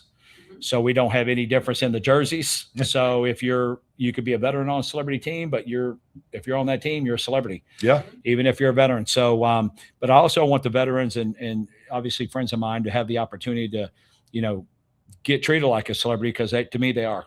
Yep. They are real celebrities, right? And they're real heroes. So. And the big thing, the also for our listening audience out there, man, think that this is a game where it's not going to cost you $300, $400 for a game. Like if you're going to go for one ticket to go to a Ranger game, this is you can take the whole family for under $100, and it's free parking. You get up close and personal with all your celebrities, all the athletes. Yes, a super intimate stadium. Your kids, yeah. Your kids are going to get to see their favorite guys. Well, we got their Dave and heroes. Buster's again coming back, and they're doing the big, gaming area again, and then just a couple of things. So, because you're part of the 99% network and listening in, July 4th, the website goes live. Celebrity Softball. Can you put up that flyer? CelebritySoftballClassic.org goes live on Saturday. Tickets are only $10, but because you listen in, you're part of the show. If you when you're checking out, you can get up to 6 tickets. When you're checking out, just put in CSCTX 26, which is basically Celebrity Softball Game Texas 26, CSCTX 26, and you'll actually get your tickets for free. Parking is $10. I can't control that. That's stadium deal because they got to pay for the people to be out there parking. So, for our thing is we're not really doing this to actually try to sell tickets. We have to actually have a dollar amount to even be able to do the tickets. But because of the code, I just want people to come and enjoy the weekend, have fun. If you want to buy tickets, you can. Thank you. If you just would rather come on us, you're more than welcome to come on us at 90% Club, or network. So, we just want to fill the stadium up and and then again, the fireworks show afterwards is, I would put it up against any 4th of July fireworks show, be honest with you. It was it's about epic 25 last year, minutes man. long. It's always 20-25 minutes long. I mean, I kind of got to laugh a little bit at 10:30 at night in the neighborhood going, man, how many times a year are these people getting their windows rattled? So, One of the best shows I've ever seen. I mean, I got to see it out from the parking lot. I was out in the parking lot. It was an amazing show. I was like, wow, this is better than some of the 4th of July shows. It is. that It's you see in unbelievable. The Rough cities. Riders put an absolute unbelievable show. And then if you really want to come and do some oh my gosh, like we literally have people not hitting a softball out of the stadium, like out home run into the stands. We have people hitting not just out of the stadium, but there's guys that will put a softball up on the top of the condos across the street from the stadium. I mean, there were some moonshots hit last year, and Austin Jackson, who played for the Detroit Tigers, he ended up being the MVP of last year's game, got the championship belt. And it's just a lot of fun. It's just a good time for everybody. And better yet, it's a great time for everybody to just The come kids close. love it. Intimate. The kids enjoy it. We The love the kids love kids. it. I mean, we love the kids. So, and one thing that was really cool about Rough Riders Stadium is when the celebrities and the athletes are all hitting the balls in that backfield where all the grass is. You see all the kids gathering to grab all the celebrity balls and all this stuff. And it is so amazing to watch all these children just having a great time running for balls and getting that ball and running back and getting it signed. And it's just a family event. Usually the ushers or the guards of the field, or what is security, I guess. Every year they're only supposed to let people who have wristbands on. Somehow every year they let everybody in the stands come down on the field, which is fine with me if they want to let them come down, but which is kind of fun because all the kids are down on the field after the game watching fireworks. Families are with the players. Players are taking pictures of everybody signing autographs. And but it's just it's really an intimate opportunity to get to meet and greet a lot of great individuals, a lot of great American heroes. And for me personally, the game is for the fans, more so for the kids. But I'd like to say it was for my celebrities. They would say it's for them, but the game is for the fans. The Friday night VIP private party is and the pool party is for them. Yeah. The game's for the fans. So, and then Sunday we all sleep in and go home. There you go, Thank man. God. Steve, you've been a part of celebrity softball for a long time. What is your take on like getting out there and playing and doing the bagpipes in front of everybody? And especially this year, 9/11 means so much to, to both of us. Being a police officer, losing friends to different, not only in the collapse itself, but to medical issues throughout the years. We've lost more of our law enforcement and our first responders for medical issues that they still battle each and every day. For you, what does this mean for you on a 250th birthday, the 25th anniversary? It's got to be emotional. It is. I mean, celebrity softball, we had a great time last year. It's great to be on the field and interacting with everybody. And nobody's, normally when you hear celebrities, most of them are, snobby. Not most of them. Some of them can be snobby or they don't want to, they got their security around them. Everybody's. That's not the case. Well, Steve is obviously, being from Chicago, obviously he and I are diehard Jimmy Mack fans. Yeah. And so, I know last year that was one thing. Steve and his wife were like, "Oh, there's Jimmy Mack." I'm like, "Go talk to him, bro. Like, he'll be more than happy." And you guys got to go talk. I to met Jimmy him over Mack a few times over the years playing other events in Chicago. But the event is great. Meeting people and obviously, I'm doing the 4 9/11 stair climbs this year. Ooh. Each stair climb is 110 floors. So whatever the building is, you climb up, say 40 floors, elevator down, another 40, and then another 30 after that. So I'm doing one in New Orleans, the Dallas 9/11. I know you're familiar with that one because you've been at it. Fort Worth, they had to actually cancel this year. Yeah, so I'm doing San Antonio on the 11th, and then I'm going right up to Oklahoma City to do theirs the morning of the softball game. It's funny you brought up Oklahoma because that's another internal terrorist attack that we lost a lot of people at, that we seem to forget. Timothy McVeigh blew out the building out in Oklahoma. We got to respect those heroes out there who battled and did everything they could to save whoever they could out of that building. We can never forget. We focus on 9/11, which was one of the largest, but we can never forget our heroes in Oklahoma as well. Have you ever been to the memorial up there? I've seen the memorial. I have not been to it. It's all my wife and I were up there for obviously another stair climb event several years ago, and we walked through there in the evening time, and it's open 24/7, and it's just I don't know how. There's no words that can describe it because you got a marker there for every victim that was killed that day. And to just give a background on what our first responders go through, I had Chris Fields on the show a couple of years ago, and for those who don't know Chris Fields, he's an Oklahoma City firefighter. He was the firefighter in that iconic Time magazine photo carrying the baby. He worked 19 hours digging through the rubble.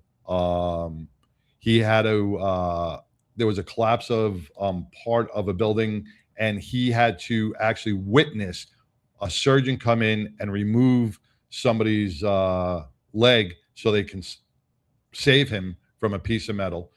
So he worked almost 19 hours, gets back to the station, and no break, have a cup of coffee, and they're off to another job. Yeah. They're off to a rescue. They're off to a fire. It's business as usual.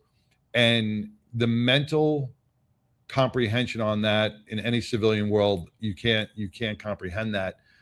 And that's why our first responders battle each and every day through mental traumas, because they don't get to turn off. They go from one large scale event to another.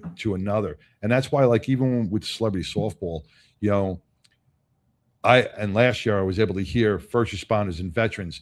They were able to talk and share and decompress and smile and be happy and heal, and it on so many different levels. Yeah, people don't have no idea. Like in 21, after the event in 21, we had a Globe Life Field. After the week is over, I usually text everybody the following week, tell them thank you for coming. And I had a veteran that was a late addition. Somebody just said, hey, is there a way to get this individual into the game? I know it's late. And I said, yeah, 100%. We'll get him in. And so we got him in the game. And, I could tell Friday night was the first time we ever had a Friday night party. We only had about 250 people then. But then somebody standing on the wall, beer in hand, hand in pocket. You can just kind of tell they're out, they're newbies. So I went and introduced myself. Oh, you're my guy. Okay. And, I know you're a fan. Anybody here? Well, I see Michael Irvin. I don't want to bother him. I said, look, Michael Irvin wouldn't be here if he didn't want you to bother him. Let's go meet him. So I took him around the room, got him with some Marines, had a great weekend. Every time I saw him, he was smiling with the guys. When I did my text message, he basically wrote me a book back, but the gist of it was this was going to be my last weekend. I'd already written my letter. I already had my loaded revolver. I was literally going to go. I was coming home. I dropped my bag and I was done. But because of the weekend, because of camaraderie, because of the guys, and the girls I got to meet, it reinvigorated me to get back in life. I mean, it was super emotional, but, the game literally changed his life, saved his life. Now he's married, got a couple great kids, beautiful family. I called Scott Husing, Major Scott Husing, wrote the book Echo Armati afterwards. And I said, hey, pal, what do you think about this? And, he's a Marine, and, do you want to reach out to him? And he was like, man, how many people have we ever lost that's participated in the game? How many people we ever lost? I said, none. And he's like, I guarantee you he's not the only one. Yeah. And since that year, every year, there's always a couple, 2 to 3. Last year, there was 5. 2 of them that personally came up and told me during the game that they were on the fence posts. And then behind the scenes, a few weeks later, I think you told me about one had come to you guys, Yep. one or two that came to you that you called me on that I ended up calling, checking on. But, you know, and again, you just never know what this event's going to do for their morale, just to lift them back up or get them back in the game of life. And I would tell everybody that you're valuable. If anybody's out there thinking about, you know, that you just, hey, my life sucks, trust me, it doesn't. You're valuable. God put you down here for a reason. Trust me. You know, don't give up. Keep staying in the fight. Get some help. But that's the other thing I was going to bring up when you talked to Oklahoma City. I was up there yesterday for a podcast, but I actually met this young man named Brett Kay, Warriors Rest Foundation, ex-state trooper up in Oklahoma.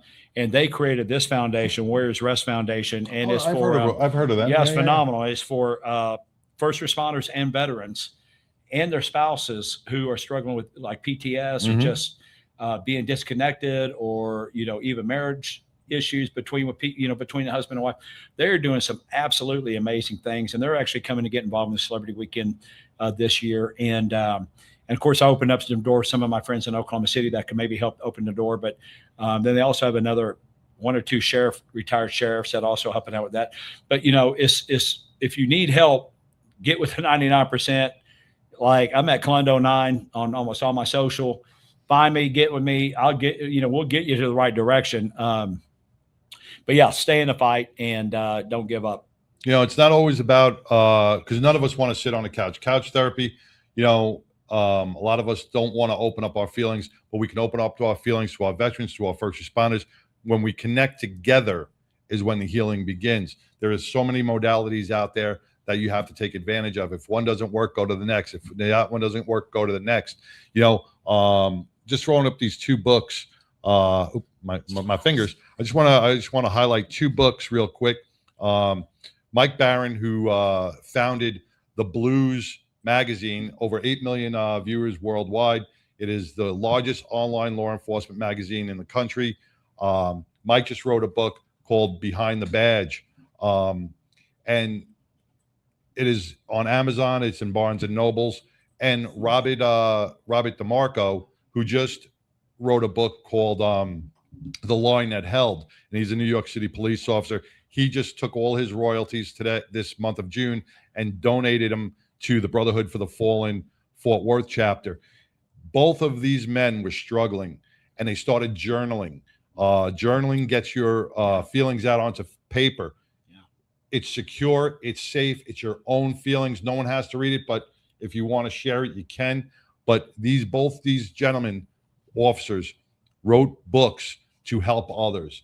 And, you know, journaling is a great source of healing as well. Yeah. And it's your thoughts on paper, getting them out of your body. So just a little tidbit of One last information. thing too on Celebrity Game. Switch gears a little bit. First of all, Janie Balderas. Yes. I love you. I see Janie. you watching over here, girl. So, but what's funny to me is because I'm reading your hit sheet over here, and it's funny because all the people that are on here, from Don Graves and, you know, Lori Montoya and obviously the Bags and Brianna Smith and Jennifer and Tattoo Mark. And, you know, that's the great thing about this Celebrity Weekend more than anything, is it brings so many people together, and so many people go off and do great things together. Yes. That's what I love to see more than anything. It's just all the relationships that's made from this weekend of all these great people. I tell people greatness attracts greatness. Yes. And, you know, so it's great that, you know, everybody becomes friends with everybody. And that's why it does turn into a big family reunion, because everybody's so excited to see everybody every year. And if you really only need to be in there about 5 minutes,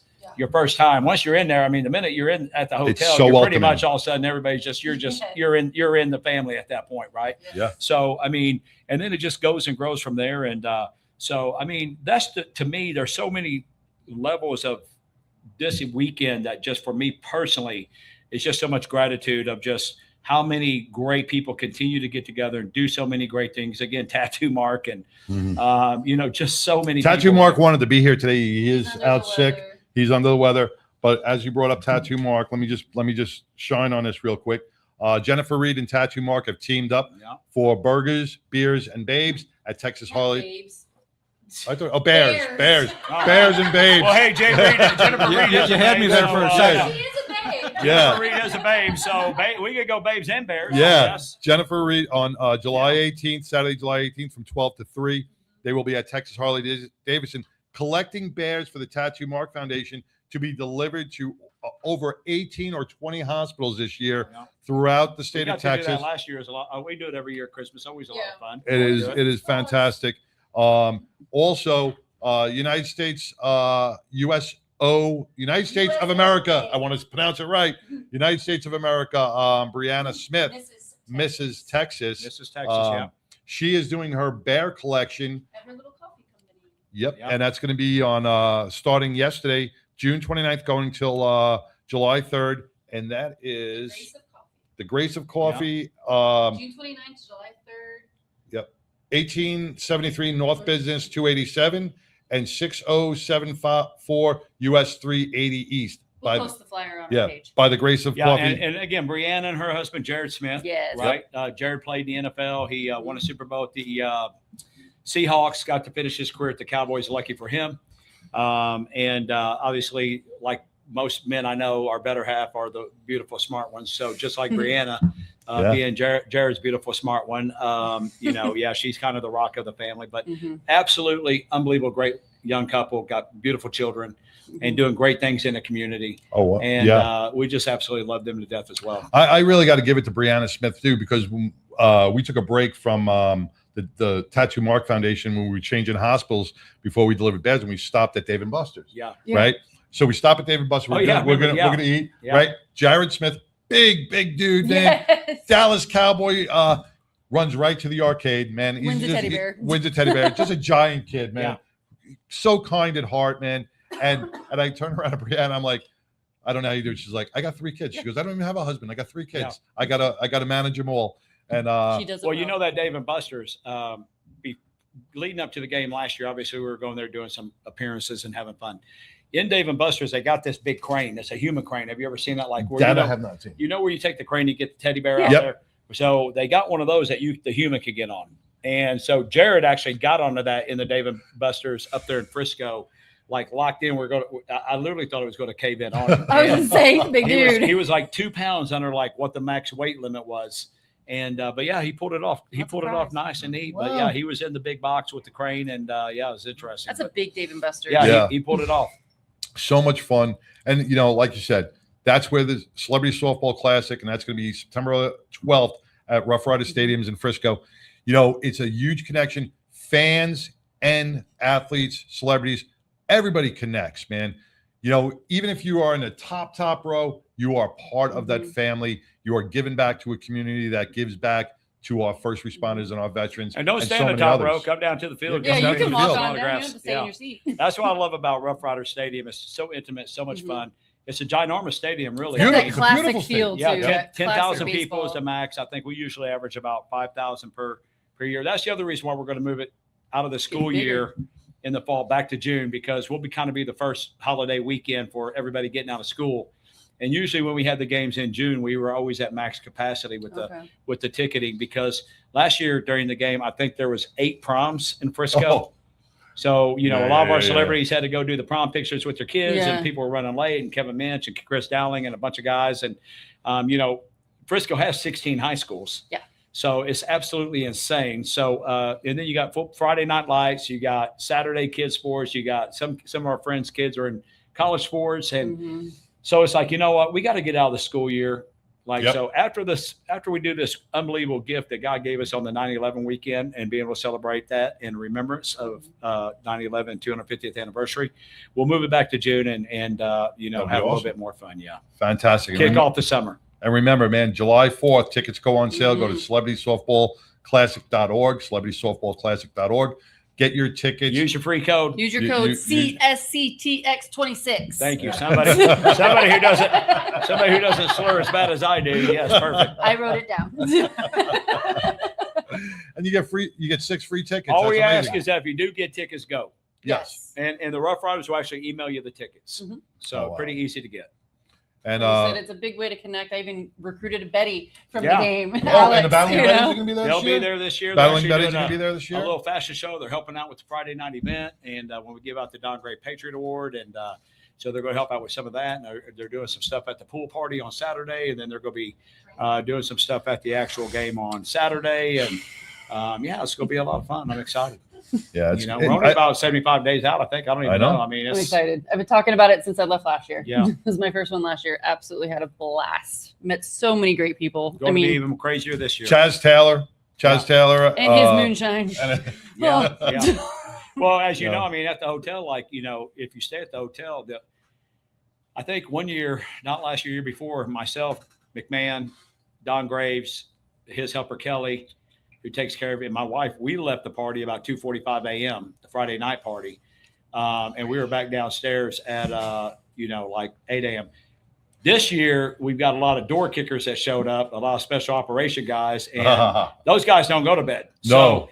So after the party was over, it was like 2 a.m. and 4.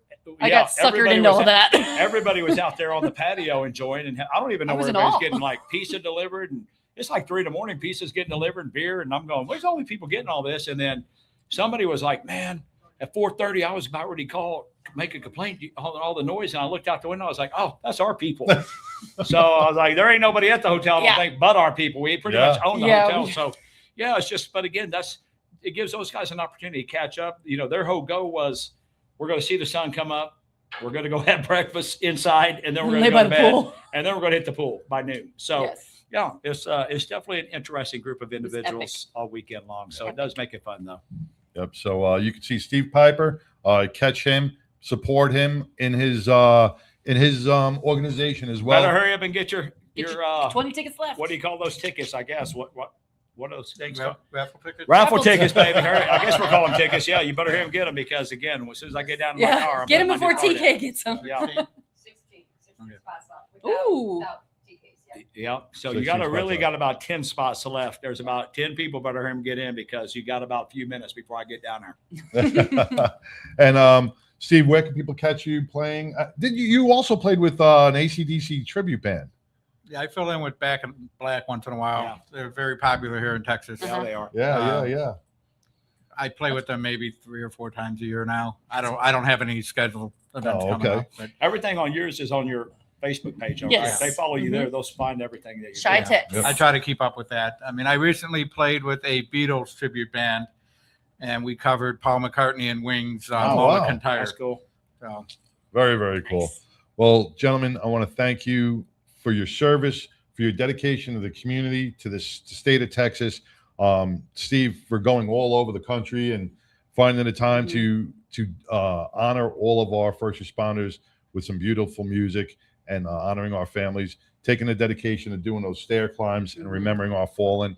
TK, you're just, once again, an amazing coordinator, and getting all everybody these else people out there. together, Thanks really for making a difference. Thank you all for making me look good. Making a difference. I want to thank you both. And we appreciate you, and we'll see you Thank guys soon. you for having us. As always. Anytime. Happy birthday, Love you America. guys. Happy birthday, America. Yeah, happy All right, birthday, we're gonna take- Steve-O. He just had one. Huh? He just had a birthday. Oh, yeah. That's right. Yeah. How old are you now? 65? 66? 27. No. I was I think I'm a year younger than you. No, you're younger than me. Yeah. All right. How old are you? I'll be 44 next month. I had to Wow. think about that. 10 years, something other than me. 1982. 1982. July 23rd. Oh, my God. Graduating grammar school. Yeah, I know. God bless you. All right. Well, we're going to come back, and we got Chris Laundrie, United States Army veterans, going to be coming on right after this. And we'll do not leave, because we got more to come. What we believe in at Glenn Larson Law is doing one thing and doing it really well. When I meet people, I always tell them we're going to uncover every single rock possible. That's the medical component, that's your story, and your voice. We've solely focused on personal injury, whether that be a slip and fall accident or a commercial 18-wheeler, a motorcycle or DWI, motor vehicle accident. We specialize in that and that only. When someone says, my neck really hurts, I know exactly how that feels. There's so much more to an injury case dealing with the pain level that people go through and how it affects their lives. And I know how to advocate to make sure that the insurance companies take all of that in consideration in every case. We're very transparent and open to always keep them informed and stay on top of their case at all times. Because we're a little bit smaller in team numbers, we're able to really dive into every single case and develop not only a client relationship, but a friendship and a lifelong connection. We're on call 24 hours a day, 7 days a week. We'll meet you anywhere, at the scene, in the hospital, at your home. Whatever's best for the client, we will do every single time. There is a connection component that I believe our firm is committed to. We want to be connected with you and your family beyond this case so that you know that you have a lifelong partner. Not just a case, but a lifelong connection and a lifelong voice. And we look forward to serving you.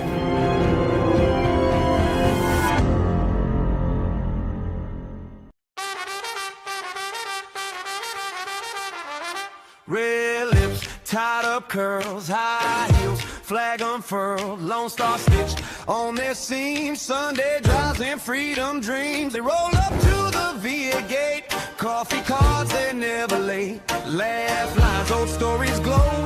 They salute, then steal the show. Hey! Battling Betty's of Texas. Country first in their hearts. Pin up smiles, standing at attention. Teasing waves, vintage art. For every soldier, every medic on call, every siren. In the dark of the fall, they bring hope, bring heat, bring charm. Like a hook, like a shield, like an arm.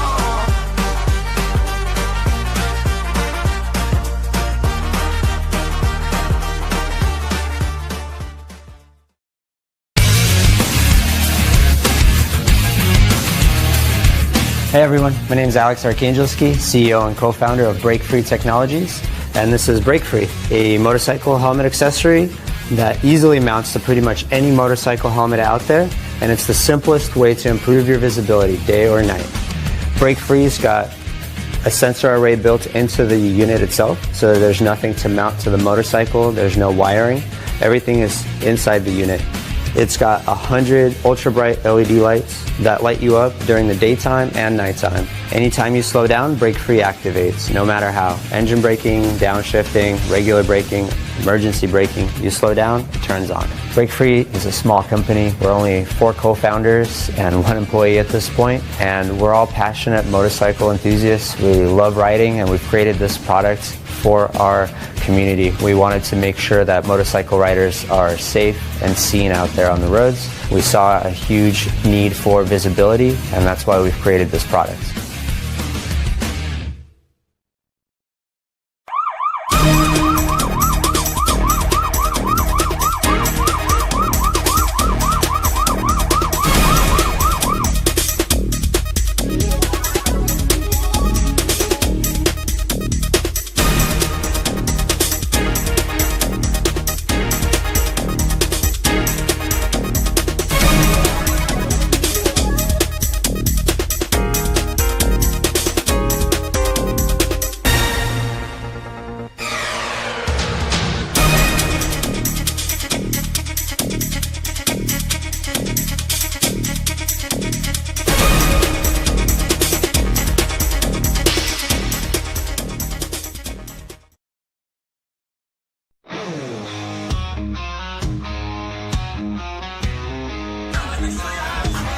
I'm David with Thunderbird Biker Supply, and I ride with the 99.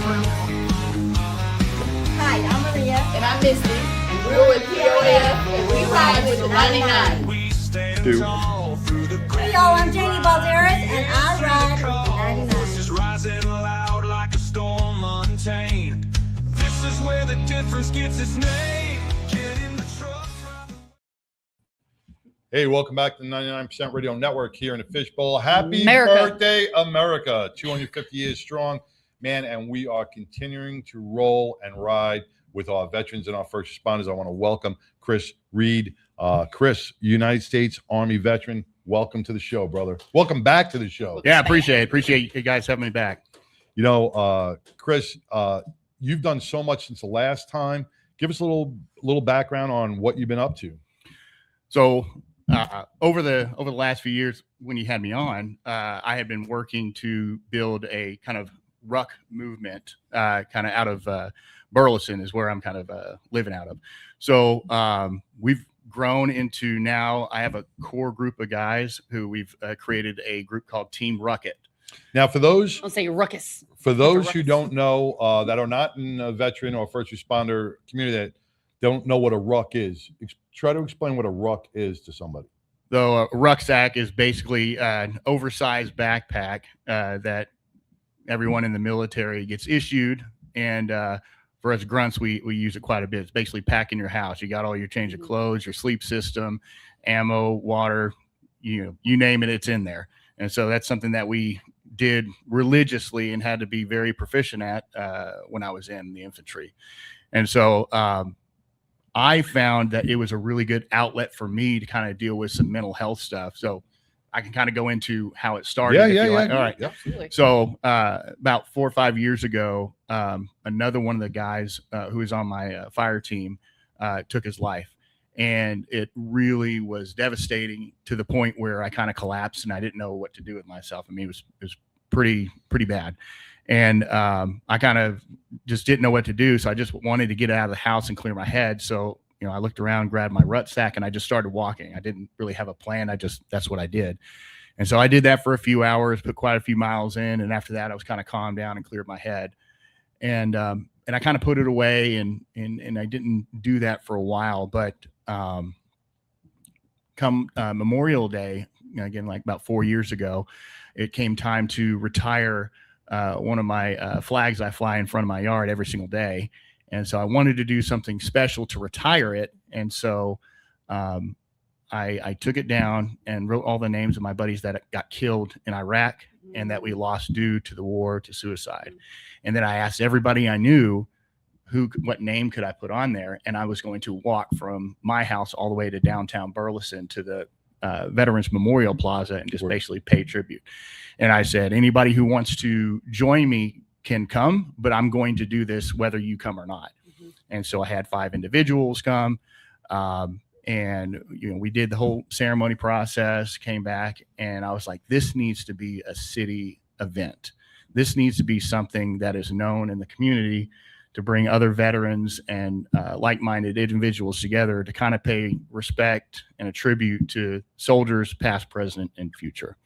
And so I reached out to the city of Burleson and I said, hey, this is what I did. I think you need to put effort to make this into a official city event. And they said, yeah, that's great. It's too close to 4th of July. I can't do it then. But why don't you head up and organize something for our Veterans Day event, and we'll give you some money. You can spend it however you like and promote it. And so that was about 4 years ago. And our the last Veterans Day event, I was actually the guest speaker, and I had about 180 participants show up to that event. So it was definitely my largest one. So it's growing, but that's kind of the backstory of how this organization and these events kind of take place. We do 4 a year. We do one for Vietnam Veteran Remembrance Day. We do one for Memorial Day, and we got the 4th of July coming up this weekend.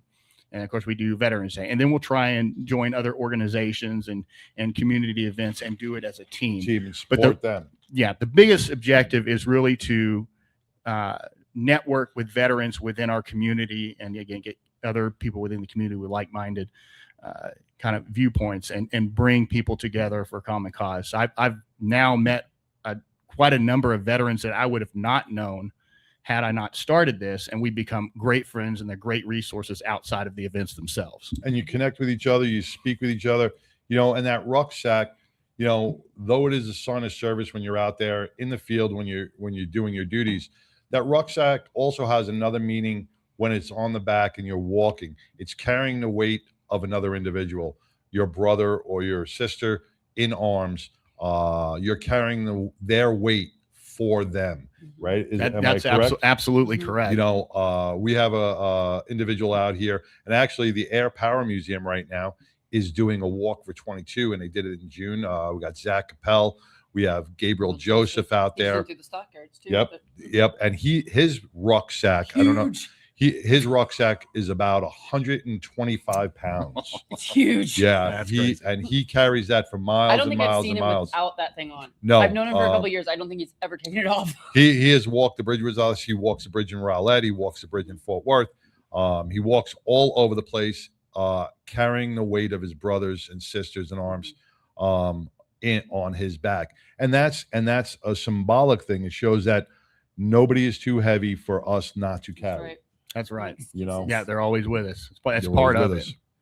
us. So when you put that ruck on, you feel those we've lost, those brothers and sisters we've lost in battle and to post-traumatic stress. Yeah, and I still have that flag in my rucksack. So every single event I've ever done, or even in training, just doing it, I have it with me, and I'm very conscious of that. I mean, that's the entire reason that I'm doing it. It also helps me zone out and kind of decompress and kind of refocus whenever I'm kind of stressed out. But it's also great exercise, which is also good for your mental health. You know, exercise is great for your mental health. We all swirl around that rabbit hole every once in a while, and you know, when we don't know what to do, get out of the house, breathe, walk, get some fresh air, get some vitamin D, you know, get it out there. Physical fitness is 100% affects your mental health. You know, I've been, you know, when I got out, I struggled pretty severely with alcoholism and PTSD and things like that. And, you know, I got way out of shape from where I was being a grunt. And once I put a lot more focus in, you know, physical fitness and things like that, I did notice a serious shift in my mood, my attitude, and things like that. And so then I put kind of more effort into it, and it kind of snowballed to where I am today. So, but it took a long time. It's an effort, and it's definitely not the end all be all for mental health. No, but it's an absolute, you know, I think it's an absolute must for people to do something to get active. Well, you learn, you know, you are conditioned to taking care of other people. Yeah. And as first responders and veterans, we don't know how to take care of ourselves. And we feel selfish when we are taking care of ourselves. It's hard to ask. It's hard to ask for help, and we don't know. We're always given. So that was definitely my viewpoint for quite some time. And my kind of response to it is this: if I'm expected to take care of my family or take care of something at work or whatever you have, if I'm not in the right headspace, if I'm not, don't have the mental capacity to do it, then I'm not a benefit to anybody. So I am aware, and I've come to terms with, I have to make sure that I do focus on myself. It's not selfish, because if I don't, others will suffer in some way. Right. Or it's just going to compound on top of myself until I hit some sort of breaking point. And then, you know, I find it's too far selfish gone. when you don't take care of yourself in a way. When you just, I'm just not going to do anything, and just kind of let it all go. To me, that seems more like, because you're not caring. You know how hard it is, though, for somebody who's conditioned in or drilled, no matter how many years you've done in the military or in first responder, you're drilled into always serving. So it's so difficult To go, I'm going to do something for me. Yeah, it is. It It's is a one of the positive thing for you. It's one of the hardest things to do.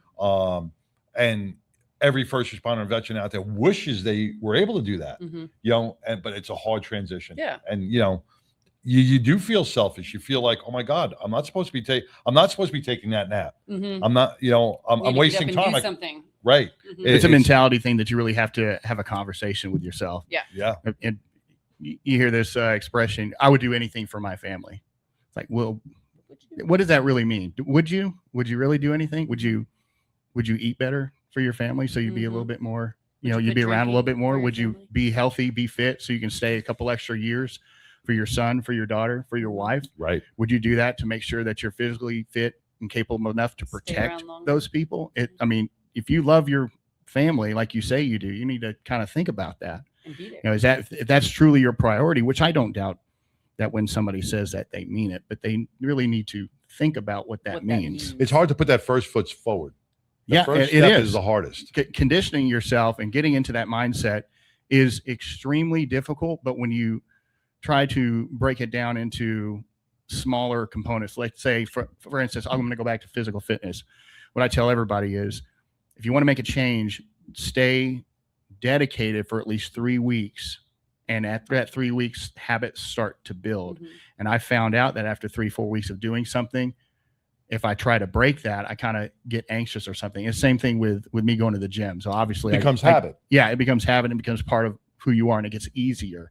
It's by no means, you know, super easy, but you have to make an effort to kind of build new routines and stick with them. And over time, in a relatively short amount of time, it'll become a routine and it's easier to do. Then you'll feel 21 guilty. days, you can start breaking habits or Right, building 21 habits. Yeah. Because then if you don't go, you'll feel guilty about not going to the gym. That's right. Yeah. Right. Or I get super antsy. If I miss more than a week, I'm amped up. I'm like, I got to get out of here. I'm amped up. I've missed How many years? 3 years of the gym. I got a gym membership. I really do. I got a gym membership. Hey, that's a start. And so I pass the gym every So day. you're I paying do. the light bill, not I going. do pass the gym every day, and I wave to it. And I say, "Hey, how you doing? I'll be in soon." I sit up out of bed every day. Yeah. But it's so true. It's a hard thing to do, but it's rewarding at the end. And 21 days is not a lot to get that start to ball form rolling. new positive habits. Yeah.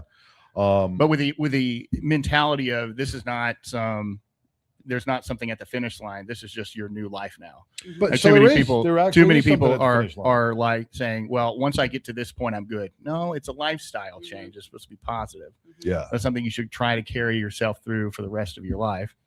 And this is strictly for, I'm talking about physical fitness. Of course. But it's just connected to so many good things that I really try to push for it because, again, when I was struggling severely with mental health issues, I noticed that when I put more priority towards it, it was an immense help. Again, it's not the end all be all, but it's a huge help. With the Rook that you guys are doing, if you didn't stay fit, if you didn't keep going, those 180 people that show up for the Rook would be lost. Yeah, They count on that. Yeah, I have lots of people come up to me and I've never met. Thank you for putting this on. I've met people that I wouldn't have otherwise. I look forward to these types of things. They're extremely motivating. It's not like I hear it's life changing, but it gets to people again exposed to others with the same mindset and building, a stronger community sense of being, sense of purpose, and things like that. Well, it's great that Burleson jumped on board. Yeah, More they've community- been more very communities should supportive, jump on board. Very supportive of doing the Veterans Day event for sure, and I let them know whenever I'm doing these other events. But I run it completely on my own with Team Rucket, so they're not involved except for the Veterans Day event, and I'm fine with that because it requires a lot of planning and a lot of sponsors. I just want to give a big shout out to Pete Colley, Councilman Pete Colley in the UK. He's in the Was it? UK. He's Is one of there our an dressed event this up. week for the dress up? Is there a What? Listen, all right. See, he's in the UK. We'll give him a little. It's America's 250th birthday, Pete. All right. Brits. Those damn Brits. Brits. You're a council person or council son. Yeah. Speaking about Pete Colley, once again, he was Stitch. He is a first responder as well as giving so much back to the UK community by feeding homeless, by they're homeless. Walk the bridge too. Walk the Bridge in the UK. When we do Walk the Bridge every month, the third Sunday of every month. Got it in the UK. He does it in the UK, and either he's walking with a crowd or he's walking by himself, but he's making that dedication and making that effort and not the excuse to get out there and just show people that we still care. We still remember. We're still, got our brothers and sisters' backs. So thank you, Pete, for everything you do. We'll forgive you. Just the Yeah, once. you better fly that American flag at your house. Yeah. Oh, England won? Yep. Congratulations, Pete. Yeah, USA's playing today too, Right, right? we get off, They're 7 playing in o'clock. California. 7 o'clock? Mhm. Go We get USA.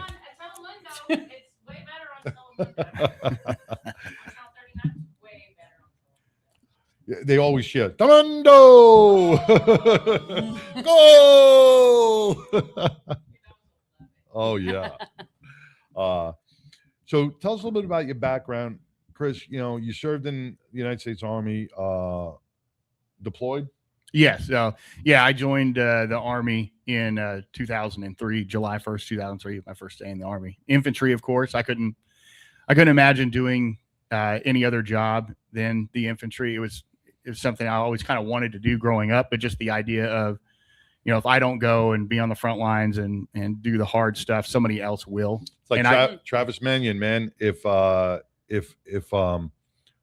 don't, who will? You know? Yeah, I just couldn't imagine it. And you know, growing up in Texas and hunting and camping and doing all the things, like it was just kind of natural. That's just what I wanted to do. I was in for 6 years. I got out in 2009, but in that time, I deployed to Iraq. First time was 04 to 05. First time I ever saw combat was Operation Phantom Fury, and for those of you know, that's the big Fallujah battle. Got attached to the 1st Marine Division and got injured, but eventually came back and then worked Mosul for quite a bit, and that was pretty out of control. Came back to Lewis, redeployed to Germany. Our entire division moved to Germany.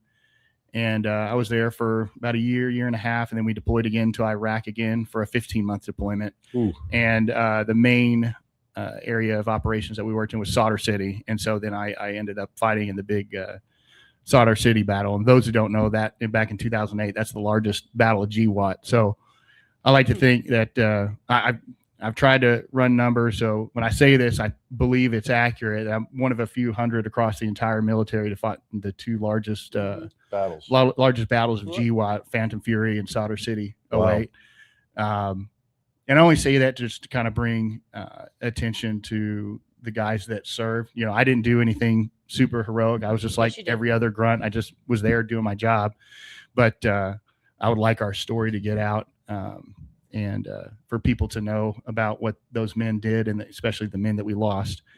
Got out, had a really hard time in the civilian world. You know, when I was getting out, you know, you go through the outboarding process, and like you can go through medical and do all this and that.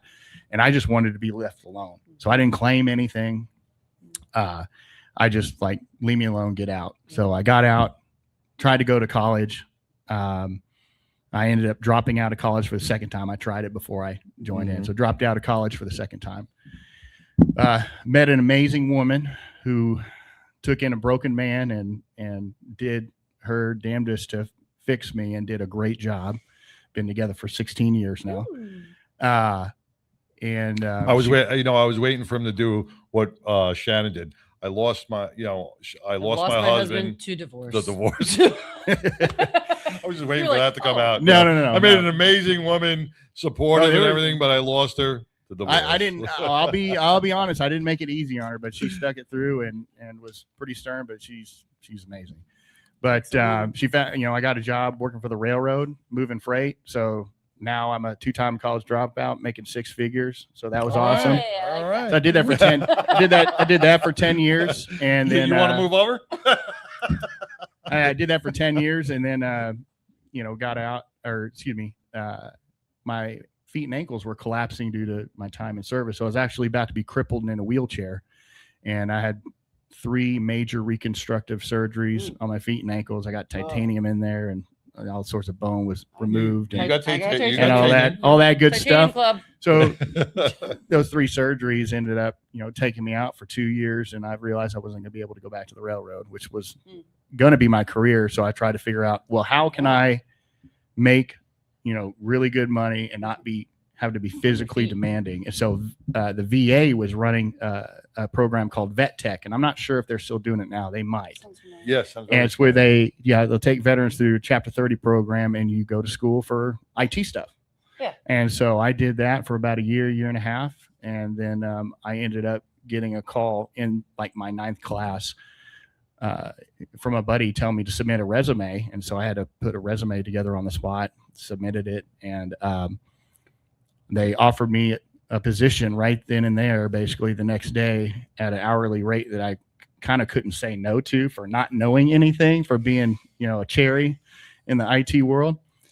And so I was like, okay, well, that's what I'm going to get on Pornhub. So I dropped, and said, all right, I'm out of the program, and started working in oil and gas, doing IT stuff. And, that was the first time I had worked and been out of the house in 2 years. Wow. So I'm like super motivated. I'm like the perfect employee. I'm showing up on showing up on time. I got a shitting grin on my face. I'm like, man, People are looking at you like, Donuts. what are you so fucking happy about? I'm fucking happy to be here. This is fantastic. What are we gonna do today? So I was like taking stuff over. So the exec saw that, and I got an offer for full-time employment, and I got to negotiate my salary. So that went up, and did that for 3 months. Same thing. Super motivated, and then I got approached again and said, hey, we need a project manager. There's a lot of stuff going on. We don't have one. I know your military background. I see your work ethic. I can't give you a promotion because you just got a raise and you don't know shit. And I was like, okay. And so I was thinking about it. And at the time I was working in downtown Fort Worth at the 777 building, where that is off of Main. And I was like, I tell you what, I want my own private window office. And I'll say yes. And they said, you start today. And I was like, all right.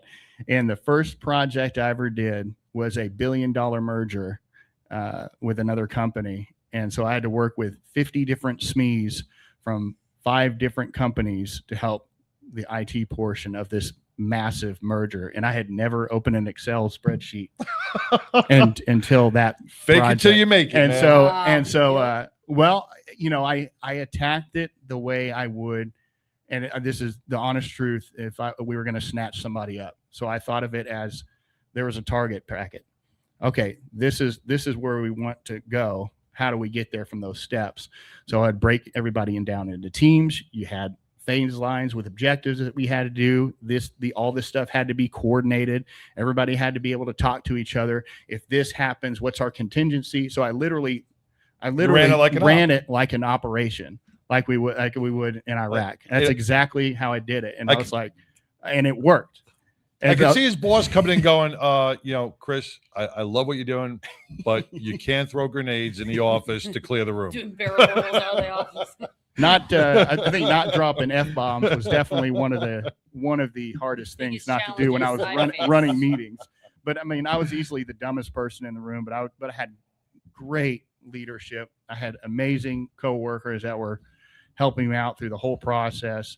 And it was just freaking awesome. Fantastic. And that was almost 4 years ago, almost. And I've brought on multiple companies since then. And I've run, really, 7, 8, 9 figure projects since, as a 2-time college dropout that was able to get certifications in the IT course. I just figured out how to play the game, how to leverage, and as long as you don't dump over any garbage cans at a Knicks thing and lose a $300,000 job, you'll be all right. I saw you'll that, be okay, man. I saw that. That was wild. DEI hire. She's working for JP Morgan and Chase. Goes to the Knicks, dumps over a garbage can. It matches my outfit. Yeah. I'm gonna take that. So and stole it. So if you want to lose a $300,000 job in an office window, just do that. What I would want the viewers and listeners to get out of that is this idea that I can't do something, or I don't have a college degree, or you didn't make the military work for you in a way, in the civilian world. I think that's bullshit. Mm-hmm. And I know that because I'm an example of it. Now, now there was absolutely, I got lucky in a couple aspects, but I set myself up to be able to put myself in those positions. So those who are not in college, or who want to, learn a trade or utilize the VA system out when you're on the outside, like I strongly encourage you to take advantage of that and make it, utilize those resources to better your situation. Because I've had to change careers. I got out of the Army. That was my first career. I tried to do the railroad thing. I did that for 10 years. I thought that was my permanent career. I had to pivot. So I went from transportation into IT, which is completely different. And, hopefully I can stay around here because I absolutely love my job. I love the people I work with. I hope that this is going to be it. But if not, well, I know that I can pivot and friends pivot and work it to my advantage. Well, adapt and overcome, right? That's right. So these excuses that people make is just bullshit. When I got out, worked at a car wash making $10 an hour when I got out of the Army. I'm just thinking that song in my And- working out the car. And for a short time, I drove an armored car. So, I mean, I did not have much. I think I was making $9 an hour at that point. So I didn't like my situation, and my girlfriend, who's now my wife, was not happy about it either. So she put me in a position that constantly elevated me, and she pushed me, and she supported Ramen me. noodles again. So Hey, you know, gotta do. Do what you got to do. Yeah, it does help having a strong woman behind you. I will give you that. So Well, God bless you, Chris. The next ruck is July 4th. How can people get there and join up, and where is it? So gonna be all I after this this set is over, I'll put in the information. I'll post the flyer. But if you're listening now, it's going to be in Burleson at Bailey Lake by the pavilion, right across from the Windmiller building. You need to show up. I would request you show up at 6 a.m. and from 6 to 7 is specifically for networking. We don't do anything but sit and talk, because when we're doing the ruck, people are focused or doing other things, or there's a lot of people, so you don't get to talk to everybody. So a big portion of why I do this again is for veterans and like-minded individuals to get together and find out who's in your community. Have veterans find each other. Yep. So from 6 to 7 is just networking. At 7 o'clock, we're going to step off, and it's about a 4-mile route. There is a break off point if people get too tired or they want to. There's a parade that's going to happen in Burleson at 9, which we will be finished before then. But if people want to break off or they get to whatever it is, they can do that. But it's 4 miles, and It's doable. If you haven't gone to one of these, I highly encourage you to show up. Everyone is welcome. We go slow. It's like a 20 minute mile pace. So whether you're a super stud or your mom with a stroller, everyone, the idea is to stay together. It is not a race. It's If not you're a to- super it is- stud with a stroller, you can stay. There you go. It's not to break anybody off. It's just to keep everybody together and do something as a team. 100%. Well, Chris, thank you so much. Give me that flyer. Absolutely. We will post that up on our page and on our website so people can see it. Want to thank you so much for joining us here on the 99 again. You are welcome anytime. You're part of the 99 family. And we will try to, get out to one of those rucks and take some video of it and show our listeners. Man, that would be awesome. That Veterans Day is going to be the next one, but I'm sure you guys are going to get pulled in every single direction. Well, but again, we host. we can definitely do it. We host 4 a year. I'll give you that information Yes, as sir. well. I'll Yes, give sir. you the group page that we had, that we post all the information publicly about all the events. So I'll give you all the information. I appreciate it. July 4th, 6 o'clock, Burleson at the Bailey Lake Pavilion. And if you want to bring on some of those veterans after the ruck on one of the shows, you want to bring on some of your veteran buddies? Oh, that's too easy. Oh, bring them on, man. Bring them on. We're going to Bring support on the them. man. Bring them on. Just kidding. Just kidding. What? What? All right, brother, thank you very much. All right, we're going to take a quick break, and we'll be back with Billy Ball and Hempin' Hounds with a little patriotic tune, and then we're going to be bringing on the Mongolog. Stay tuned. It's going to get crazy. Your bike turns heads. Your gear should too. Milwaukee Motorcycle Clothing Company has classic leathers and bold new designs you won't find anywhere else. Shop top brands plus exclusive MMCC originals. Right now, our listeners get 20% off their entire order. Use promo code 99%. Visit MilwaukeeMotorcycleClothing.com today.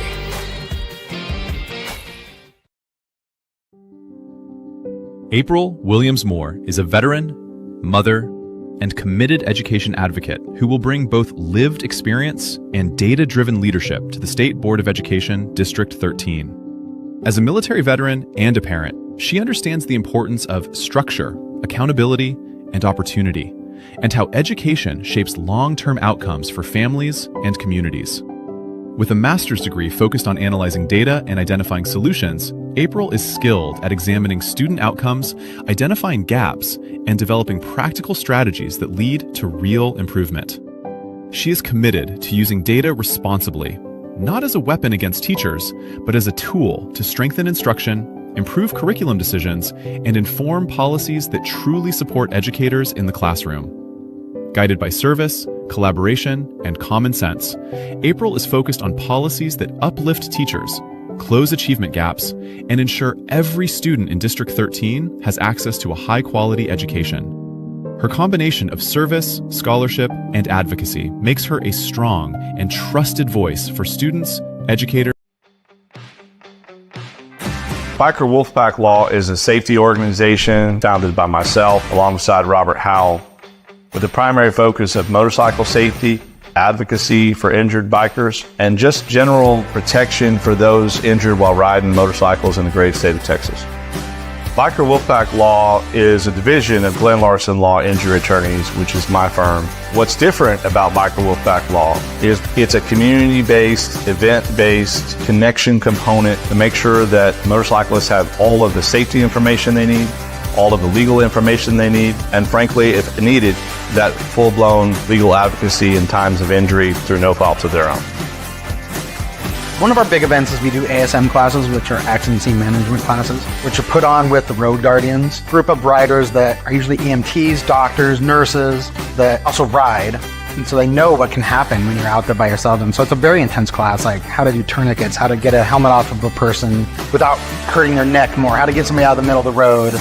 We do those a couple times a year, and the more safe riders are out there, the better it is.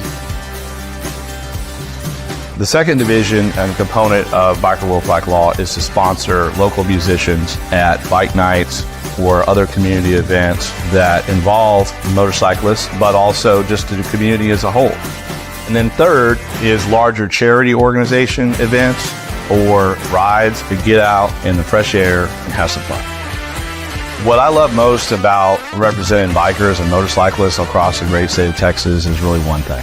It's about hearing the story. It's about going to motorcycle events, constantly meeting new people and making new connections.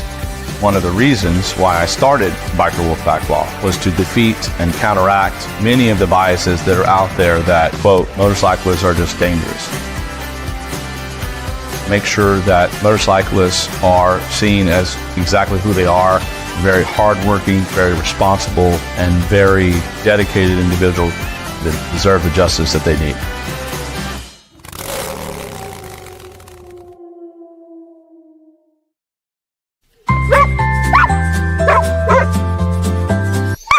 Here at Triple Ten Aussies, we're going to find you your forever pet. We specialize in miniature and toy Australian Shepherds.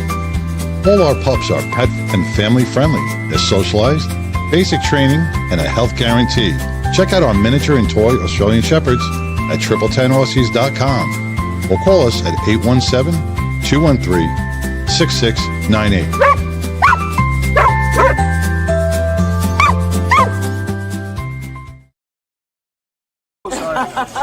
We just wanted to let you know we're on the High Seas Rally, and it's very lonesome here at the bar without you. But Gary and It's made up for it. Has made up for it, and we just want to say, we ride with the 99. We miss y'all. We love you.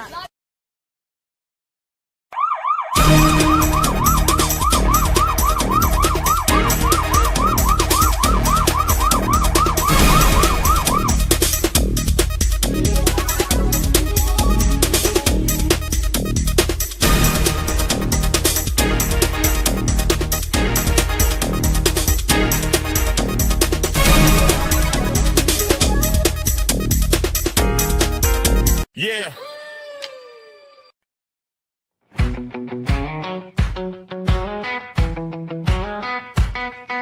Come to Shotzi's July 25 tiki party in Keller tonight. Beers and Betty's on the sand-colored floor. Smiles in the door and the flags on the wall. Battling Betty's a Texas ride. Pin-ups with purpose. All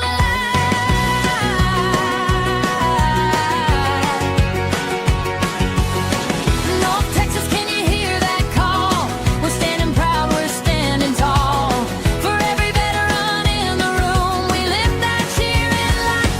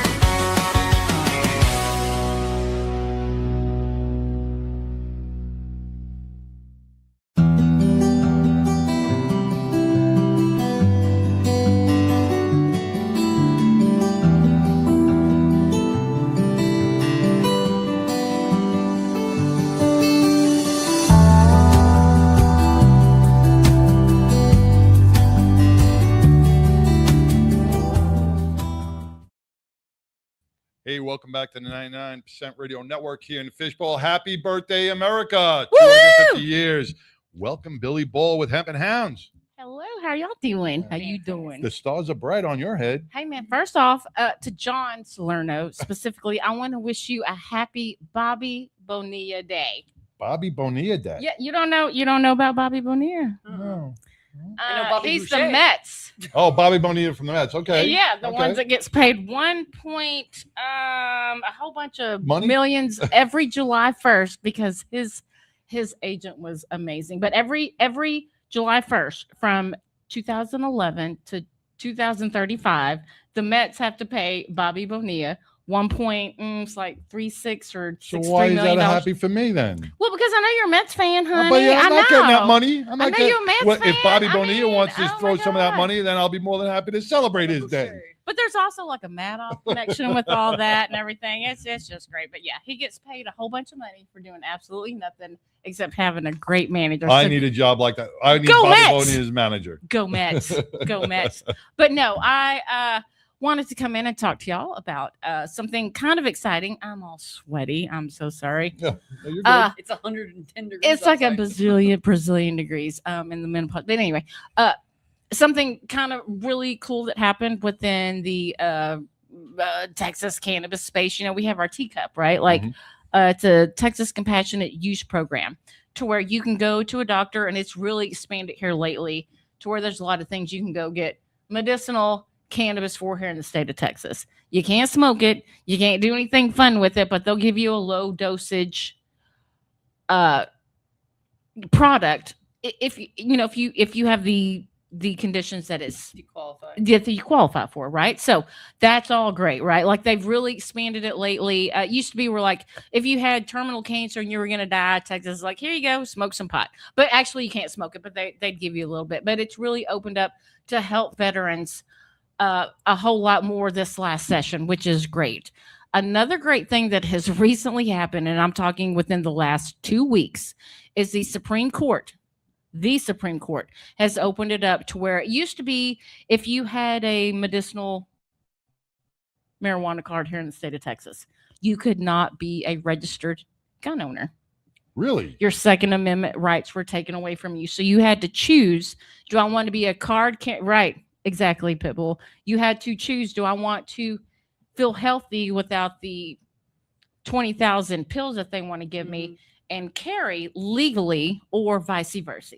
So I what didn't did you know want to that. do? So if Yes. you held a medical marijuana card, you could not carry? Correct.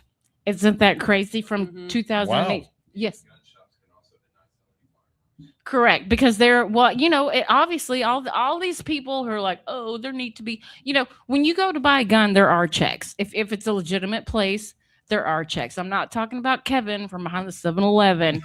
I'm talking about Kevin. I'm talking about actual places where you go and you fill out that paperwork and you are a law-abiding citizen. For the most part, we all do things, but you're a law-abiding citizen. If there are things on there that ask you about consuming illegal substances. Wow. And even if you were a card-carrying medical patient in the state of Texas, they would say, no, you have to pick one or the other. But recently, it was 2 weeks ago, so excited. And it was actually a man from North Texas that started this lawsuit that says, hey, this is some BS. Because again, when you go to purchase a handgun, there's a questionnaire that you fill out, contrary to what some people want to say. And you have to, there are questions. Do you Right. take any illicit drugs? Well, if cannabis is a prescription, it's not an illicit drug anymore. Correct. So you cannot use that anymore. But on the same token, I can leave here and go buy a 6-pack of liters of booze and maybe go pick up some Coke from someone from behind the 7-Eleven and do all that. And I can 7-Eleven's got still bad rap. legally, yeah. Which 7-Eleven are you going to? I want to go there. Fuck Kevin and fuck 7-Eleven. No, but you can, and it's going to be okay. But if you are legally have a card that says I'm allowed to use this low dosage cannabis in the state of Texas, you used to be not allowed to have a concealed carry. And let's face it, this is Texas. But you know what gets me on that, and this is where I think the Supreme Court did definitely make the right decision, because if you say you have anxiety and you are prescribed Zoloft or an antidepressant Correct. drug, right? You're still taking a prescription medication supplied by your doctor, right? You could carry a weapon. You can go and get a handgun license or purchase a firearm. But they're trying to keep it away from the medical marijuana. I don't see the difference between medical marijuana or a prescription pill that your doctor prescribes you. Well, exactly. Like there was this great guy, Trey Gowdy. He's all over the place, and he had it wasn't Trey Gowdy, but it was with Trey Gowdy. But it was like no one's going to go smoke a joint and then go beat their wives or rob a 7-Eleven. You know, it's Kevin's not there. because Kevin's there, and so that's not going to happen. And they just really want to keep continuing to demonize this plant and try to take away rights. But this is a huge thing. It wasn't just this gentleman from North Texas doing this. It's a Supreme Court thing that was like, hey, This is a Supreme Court decision. This is what's going to happen. Just basically they're saying unless your consumption is a problem, there's no need for it to be a felony. And like I made some notes just to make sure I'm not misspeaking to myself, but come on, fingers. I see Oscar on there. Hi, Oscar. Yeah, Oscar. Oscar was he was blessed by being able to go to Dallas Stadium, AT&T Stadium. Oh, nice. He was part of the security team for the World Cup, and he's got some upcoming feature films planned. So keep an eye out for Oscar, man. He's going to be on some of these. I think he's doing some SAG films and everything else. Yeah. Oscar's moving up in the world. And hey, Judy Lamb, thank you. Strong. She gave you that little sign. Yes. Where is it? Judy, Pipple got her sign, and your sign for kindness is up here on the board as well. People just need a high five in the head. Right in the face, baby. But so anyway, the ruling, my notes real quick. The ruling, the justices found that classifying any marijuana user as a categorically prohibited person for gun ownership was unconstitutional under the Second Amendment. Yep. No blanket bans. The government cannot automatically charge someone with illegal firearm possession based only on regular marijuana consumption. Like you can't just be like, yeah, and you can't do that without providing individualized proof that the individual's drug use possesses a danger to themselves or others. And active intoxication, of course, it's just like alcohol. Don't go out there and be stupid and drive. But for the most part, cannabis users don't do that. Right. Like they're, we're just They sit home on a couch, eat potato chips, and watch Bluey. And exactly. And when we do go out, we just want to be left alone and look at stuff and be like, hey, how you doing? It's all good. And background checks. Historically, the Bureau of ATF and Explosive required buyers to answer yes or no to an unlawful substance query. Question 221F on the ATF form, denying sales to cannabis users. Following the ruling, federal agencies and local permit issuers are expected to update the guidance to ensure Second Amendment rights are not infringed for state legal marijuana consumers. So that's it's huge. It is absolutely huge. There were so many people that I used to talk to who are like, I'm not going to give up my Second Amendment right so I can have this medicine legally. And it's that whole legally thing, like legally. So I'm so happy about that. Oh, I tell you that, and for everybody pass that knowledge along. Billy, thank you for always keeping up on our laws here in Texas and throughout the country. I know you and Russell are always fighting for the rights of our cannabis users. And it's because, you know what, we need to be taking off big farmers' payroll. And, hemp has many, many medical, documented medical healing products. And not it. just remember, hemp and cannabis, two separate things. Hemp is legal federally. You should be able to just go get any hemp products you want. Cannabis is legal state to state, but this really helps open doors for all that. But hemp, they're not ever going to be like, oh, hemp is great because again, you can build this table from it, this building from it, a plane, a house, right. Soft fabrics. You can heal people with it. You can make fuel, food, bedding. So it's never going to be out there because I love it. There's a lot of people who love it, and I'm on the opposite side of ideology from people who are supposed to like it. So it's just a hard row to go down. But this right here, a North Texas man, successfully went all the way to the Supreme Court and got this handed down to where now, if you're in Texas or anywhere, your Second Amendment rights will not be affected by you using the state's legal product. And again, I always tell people, if you can get on the state's program and you are allowed to have THC in your system, then please go see Kevin behind the 7-Eleven and get some actual good stuff, and just add to your diet of it. And if anyone has any questions, of course, you can always private message me and just let me know if you have any questions on what I can do for you. Billy, thank you so much. Man, the Supreme Court, thank you for Yes. passing that ruling. 250 years. And it was a of unanimous decision too. Unanimous. patriotic pride right there with our cannabis. All right, we're gonna take a quick. Let's roll right into it. Let's roll right into Mongo. Let's talk about patriotism. And I know he's got an amazing Mongo log coming up. So let's, without further ado, let's bring on the Mongo log.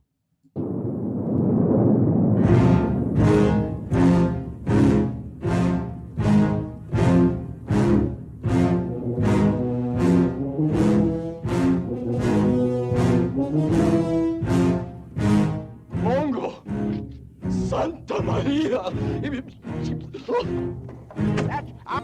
Never mind that shit. Here comes Mongo. Got him. Hey, welcome, Mongo. Happy birthday, America. Happy birthday, America. How's it going, brother? It's going well. It's going good. You hear that little state law that came across from the state Supreme Court? What do you think about that? Did you know about that, or have you had any clue that with America medical marijuana card that you could not have a firearm? Yeah, I was kind of aware of that part of it. I didn't know that Texas was doing anything about it, but yeah, it's kind of like you're damned if you do and you're damned if you do it. Exactly. Yeah. Yep. Is it the same in California? Now, are you kidding me?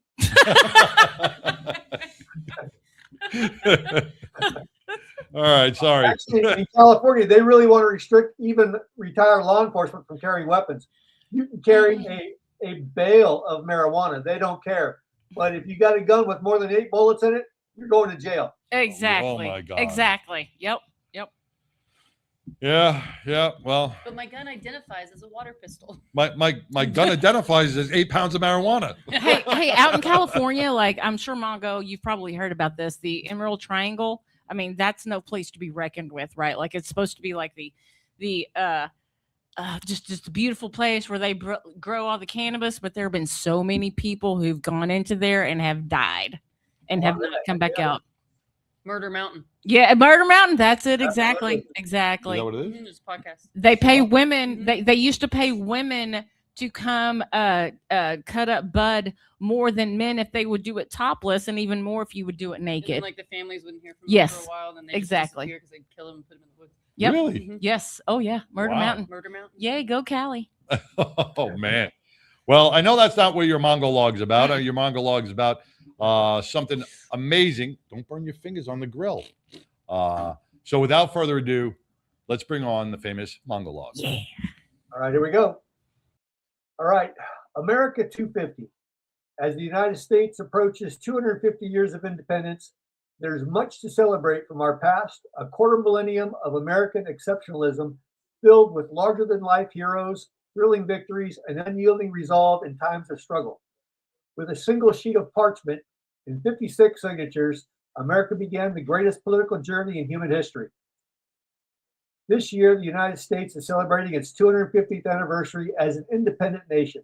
This anniversary is an opportunity for reflection, community engagement, and a celebration of our nation's history and achievements.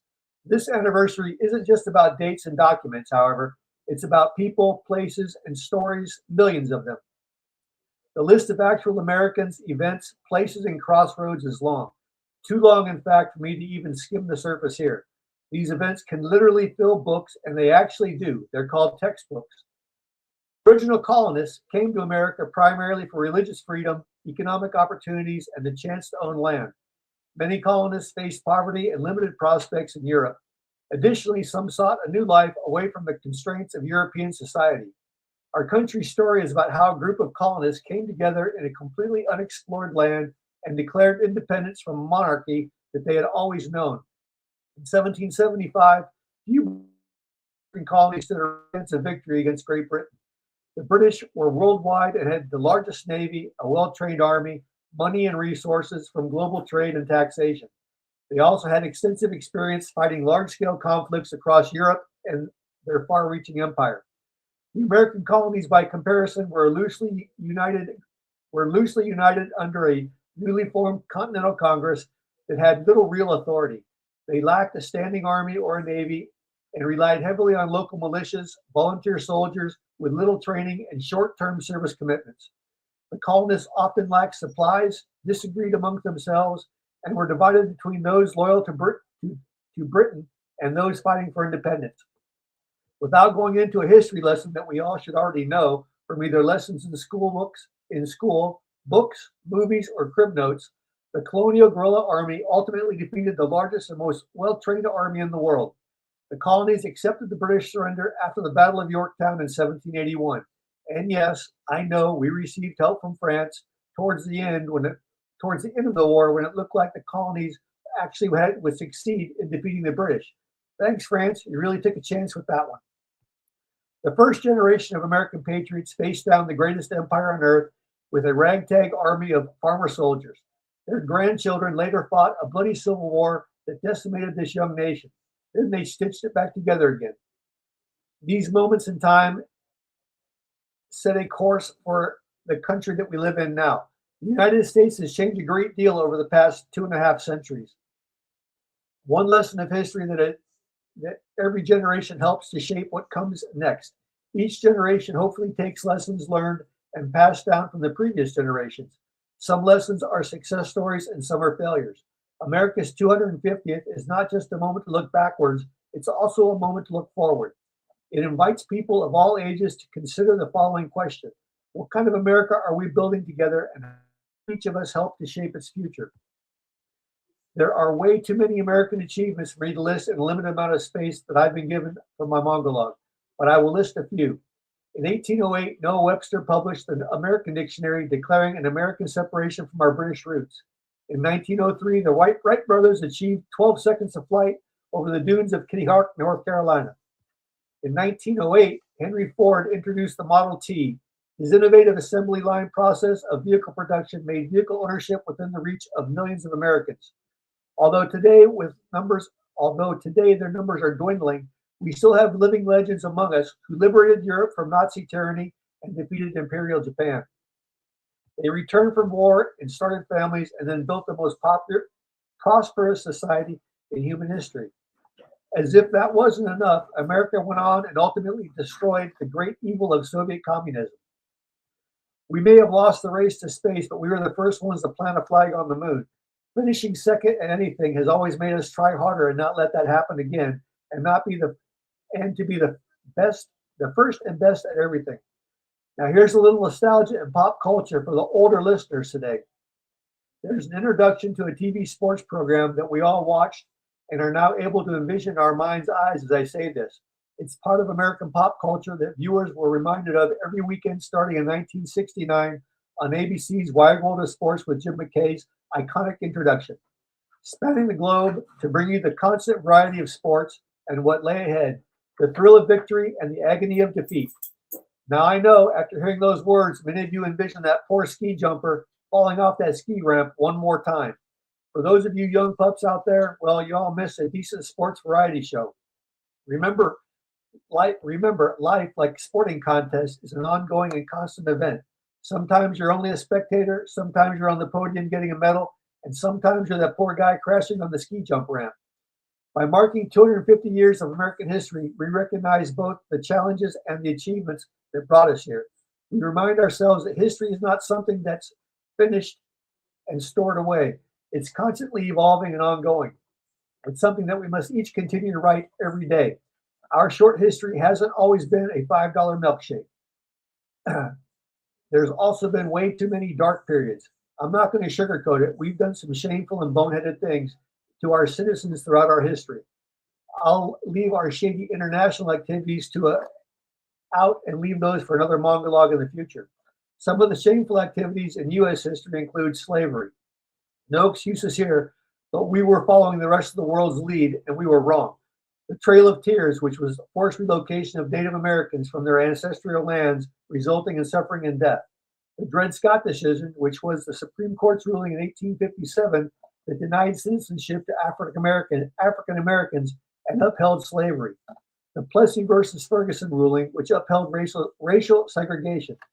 These events reflect significant injustices and failures in the pursuit of equality and justice.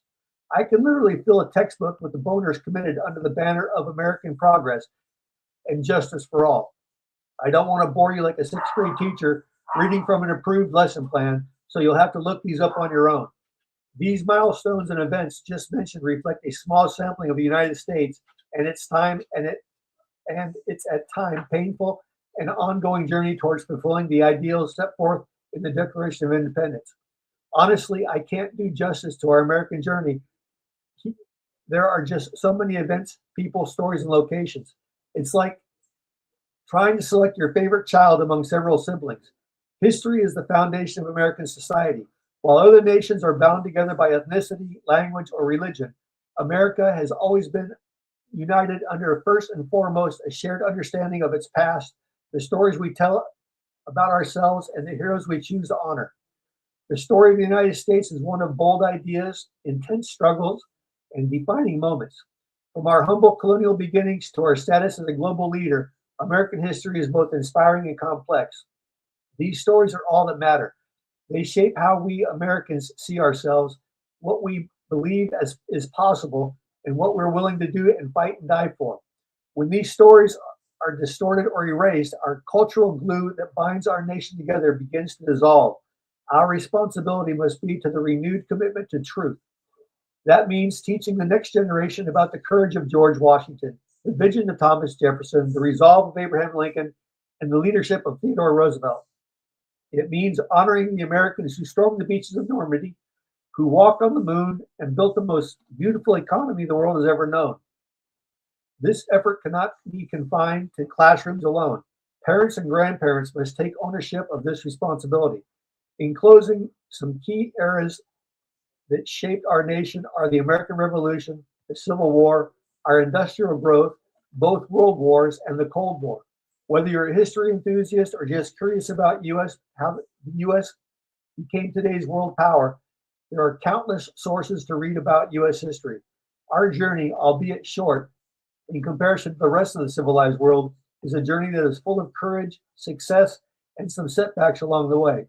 At its core, the American experiment has always rested on the simple promise that hard work and personal responsibility will be rewarded with opportunity and upward mobility. In Ronald Reagan's farewell address to the nation, he warned, if we forget what we did, we won't know who we are. He posed a question back then that has become even more urgent today. Are we doing a good enough job teaching our children what America is and what she represents in the long history of the world? Happy birthday to the greatest nation in the world, and may God continue to bless the USA. And that, my friends, is that. Whiskey improves with age. Whiskey improves with age, and I improve with whiskey. My name is Mongo. Whiskey goes in, wisdom comes out. I smoke cigars and I know things. So Mongo is out, and now back to you in the studio. Woo! Man, still going through puberty, I see. California will do that to you. Puberty and patriotism, baby. Yeah. Yeah. Man. I started tearing up at the end. America. Well, you know what? That was an emotional monologue, man. But every point was so true. And I'll tell you, when you brought up that scare and the thrill of victory and the agony of defeat, I don't know if there's anybody out there that remembers that, but if that brought me back so much to my childhood, seeing that every week. I'm seeing him tumble down that mountain on the street right now. Absolutely. You can picture exactly how it happened. Yep.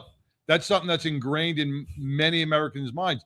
And when you're talking about teaching our children what this country is built on, our teachers are and it's not even our teachers, because our teachers are being told what to teach. It's our school boards that are removing our nation's history from the school curriculum, and these kids don't have a clue. Many of them don't even know about 9/11. Yeah. You know, Painful. because they failed to teach it. Yeah. That's actually very shameful right there. You know, They don't know that 2 + 2 = 4, but they know there's 80 pronouns and different things it can mean. That's Yeah, important. they can name all the characters on MTV's whatever freaking show they watch on MTV. Yeah, it's you know, do you think we'll ever get back to where we were, to those Ronald Reagan days, to those days where American came together as with pride? You know, it's unfortunately we can, but I think it's going to take another event similar to 9/11 for that to happen, and that's unfortunate. Yeah.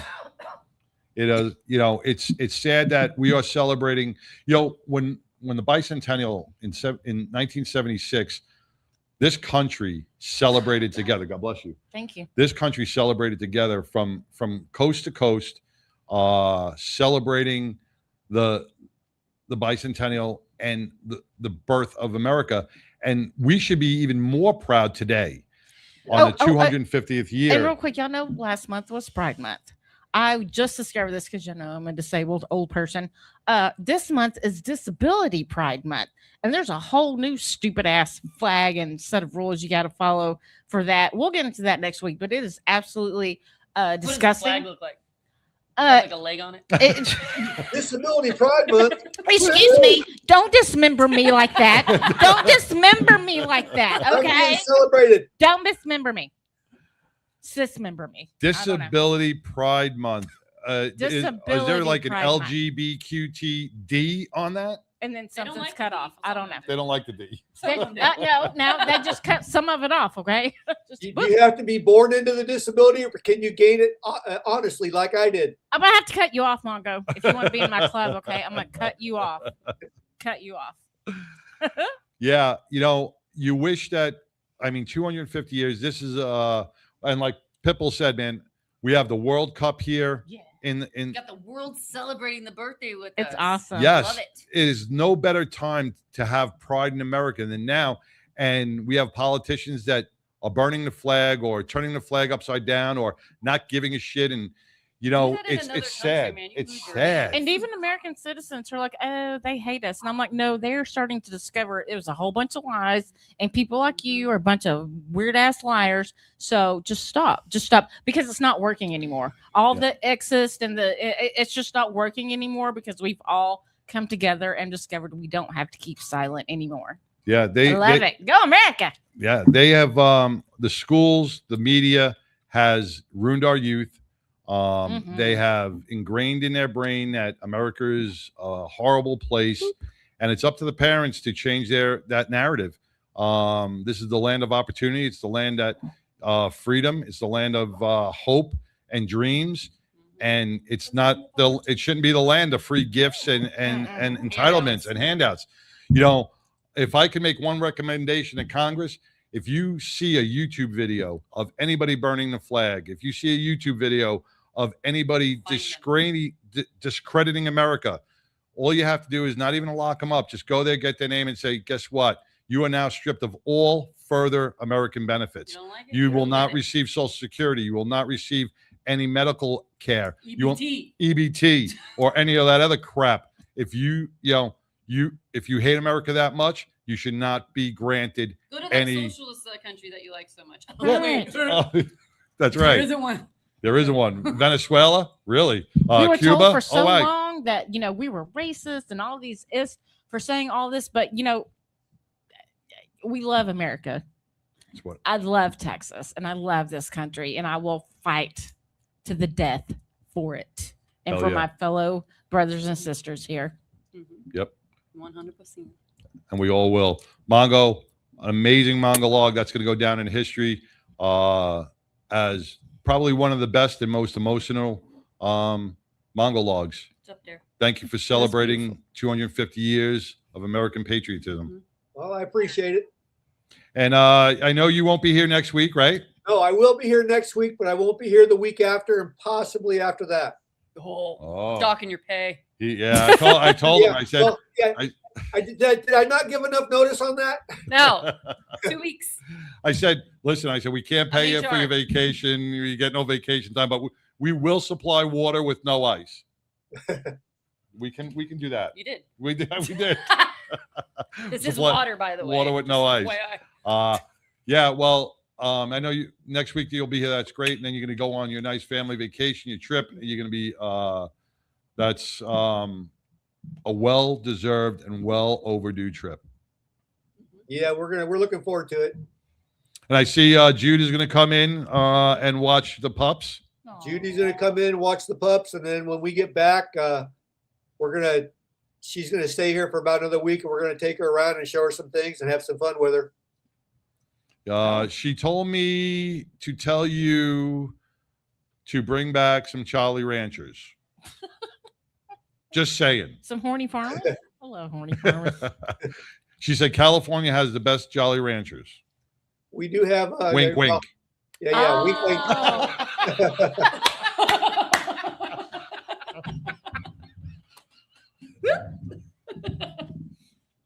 That couldn't have been planned any better. That couldn't have been planned. Oh my God. Oh.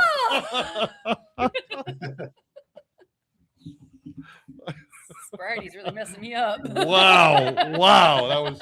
That was great. That was great talking. You know what? When I download this show, that has to be one of the most memorable moments right there. Oh.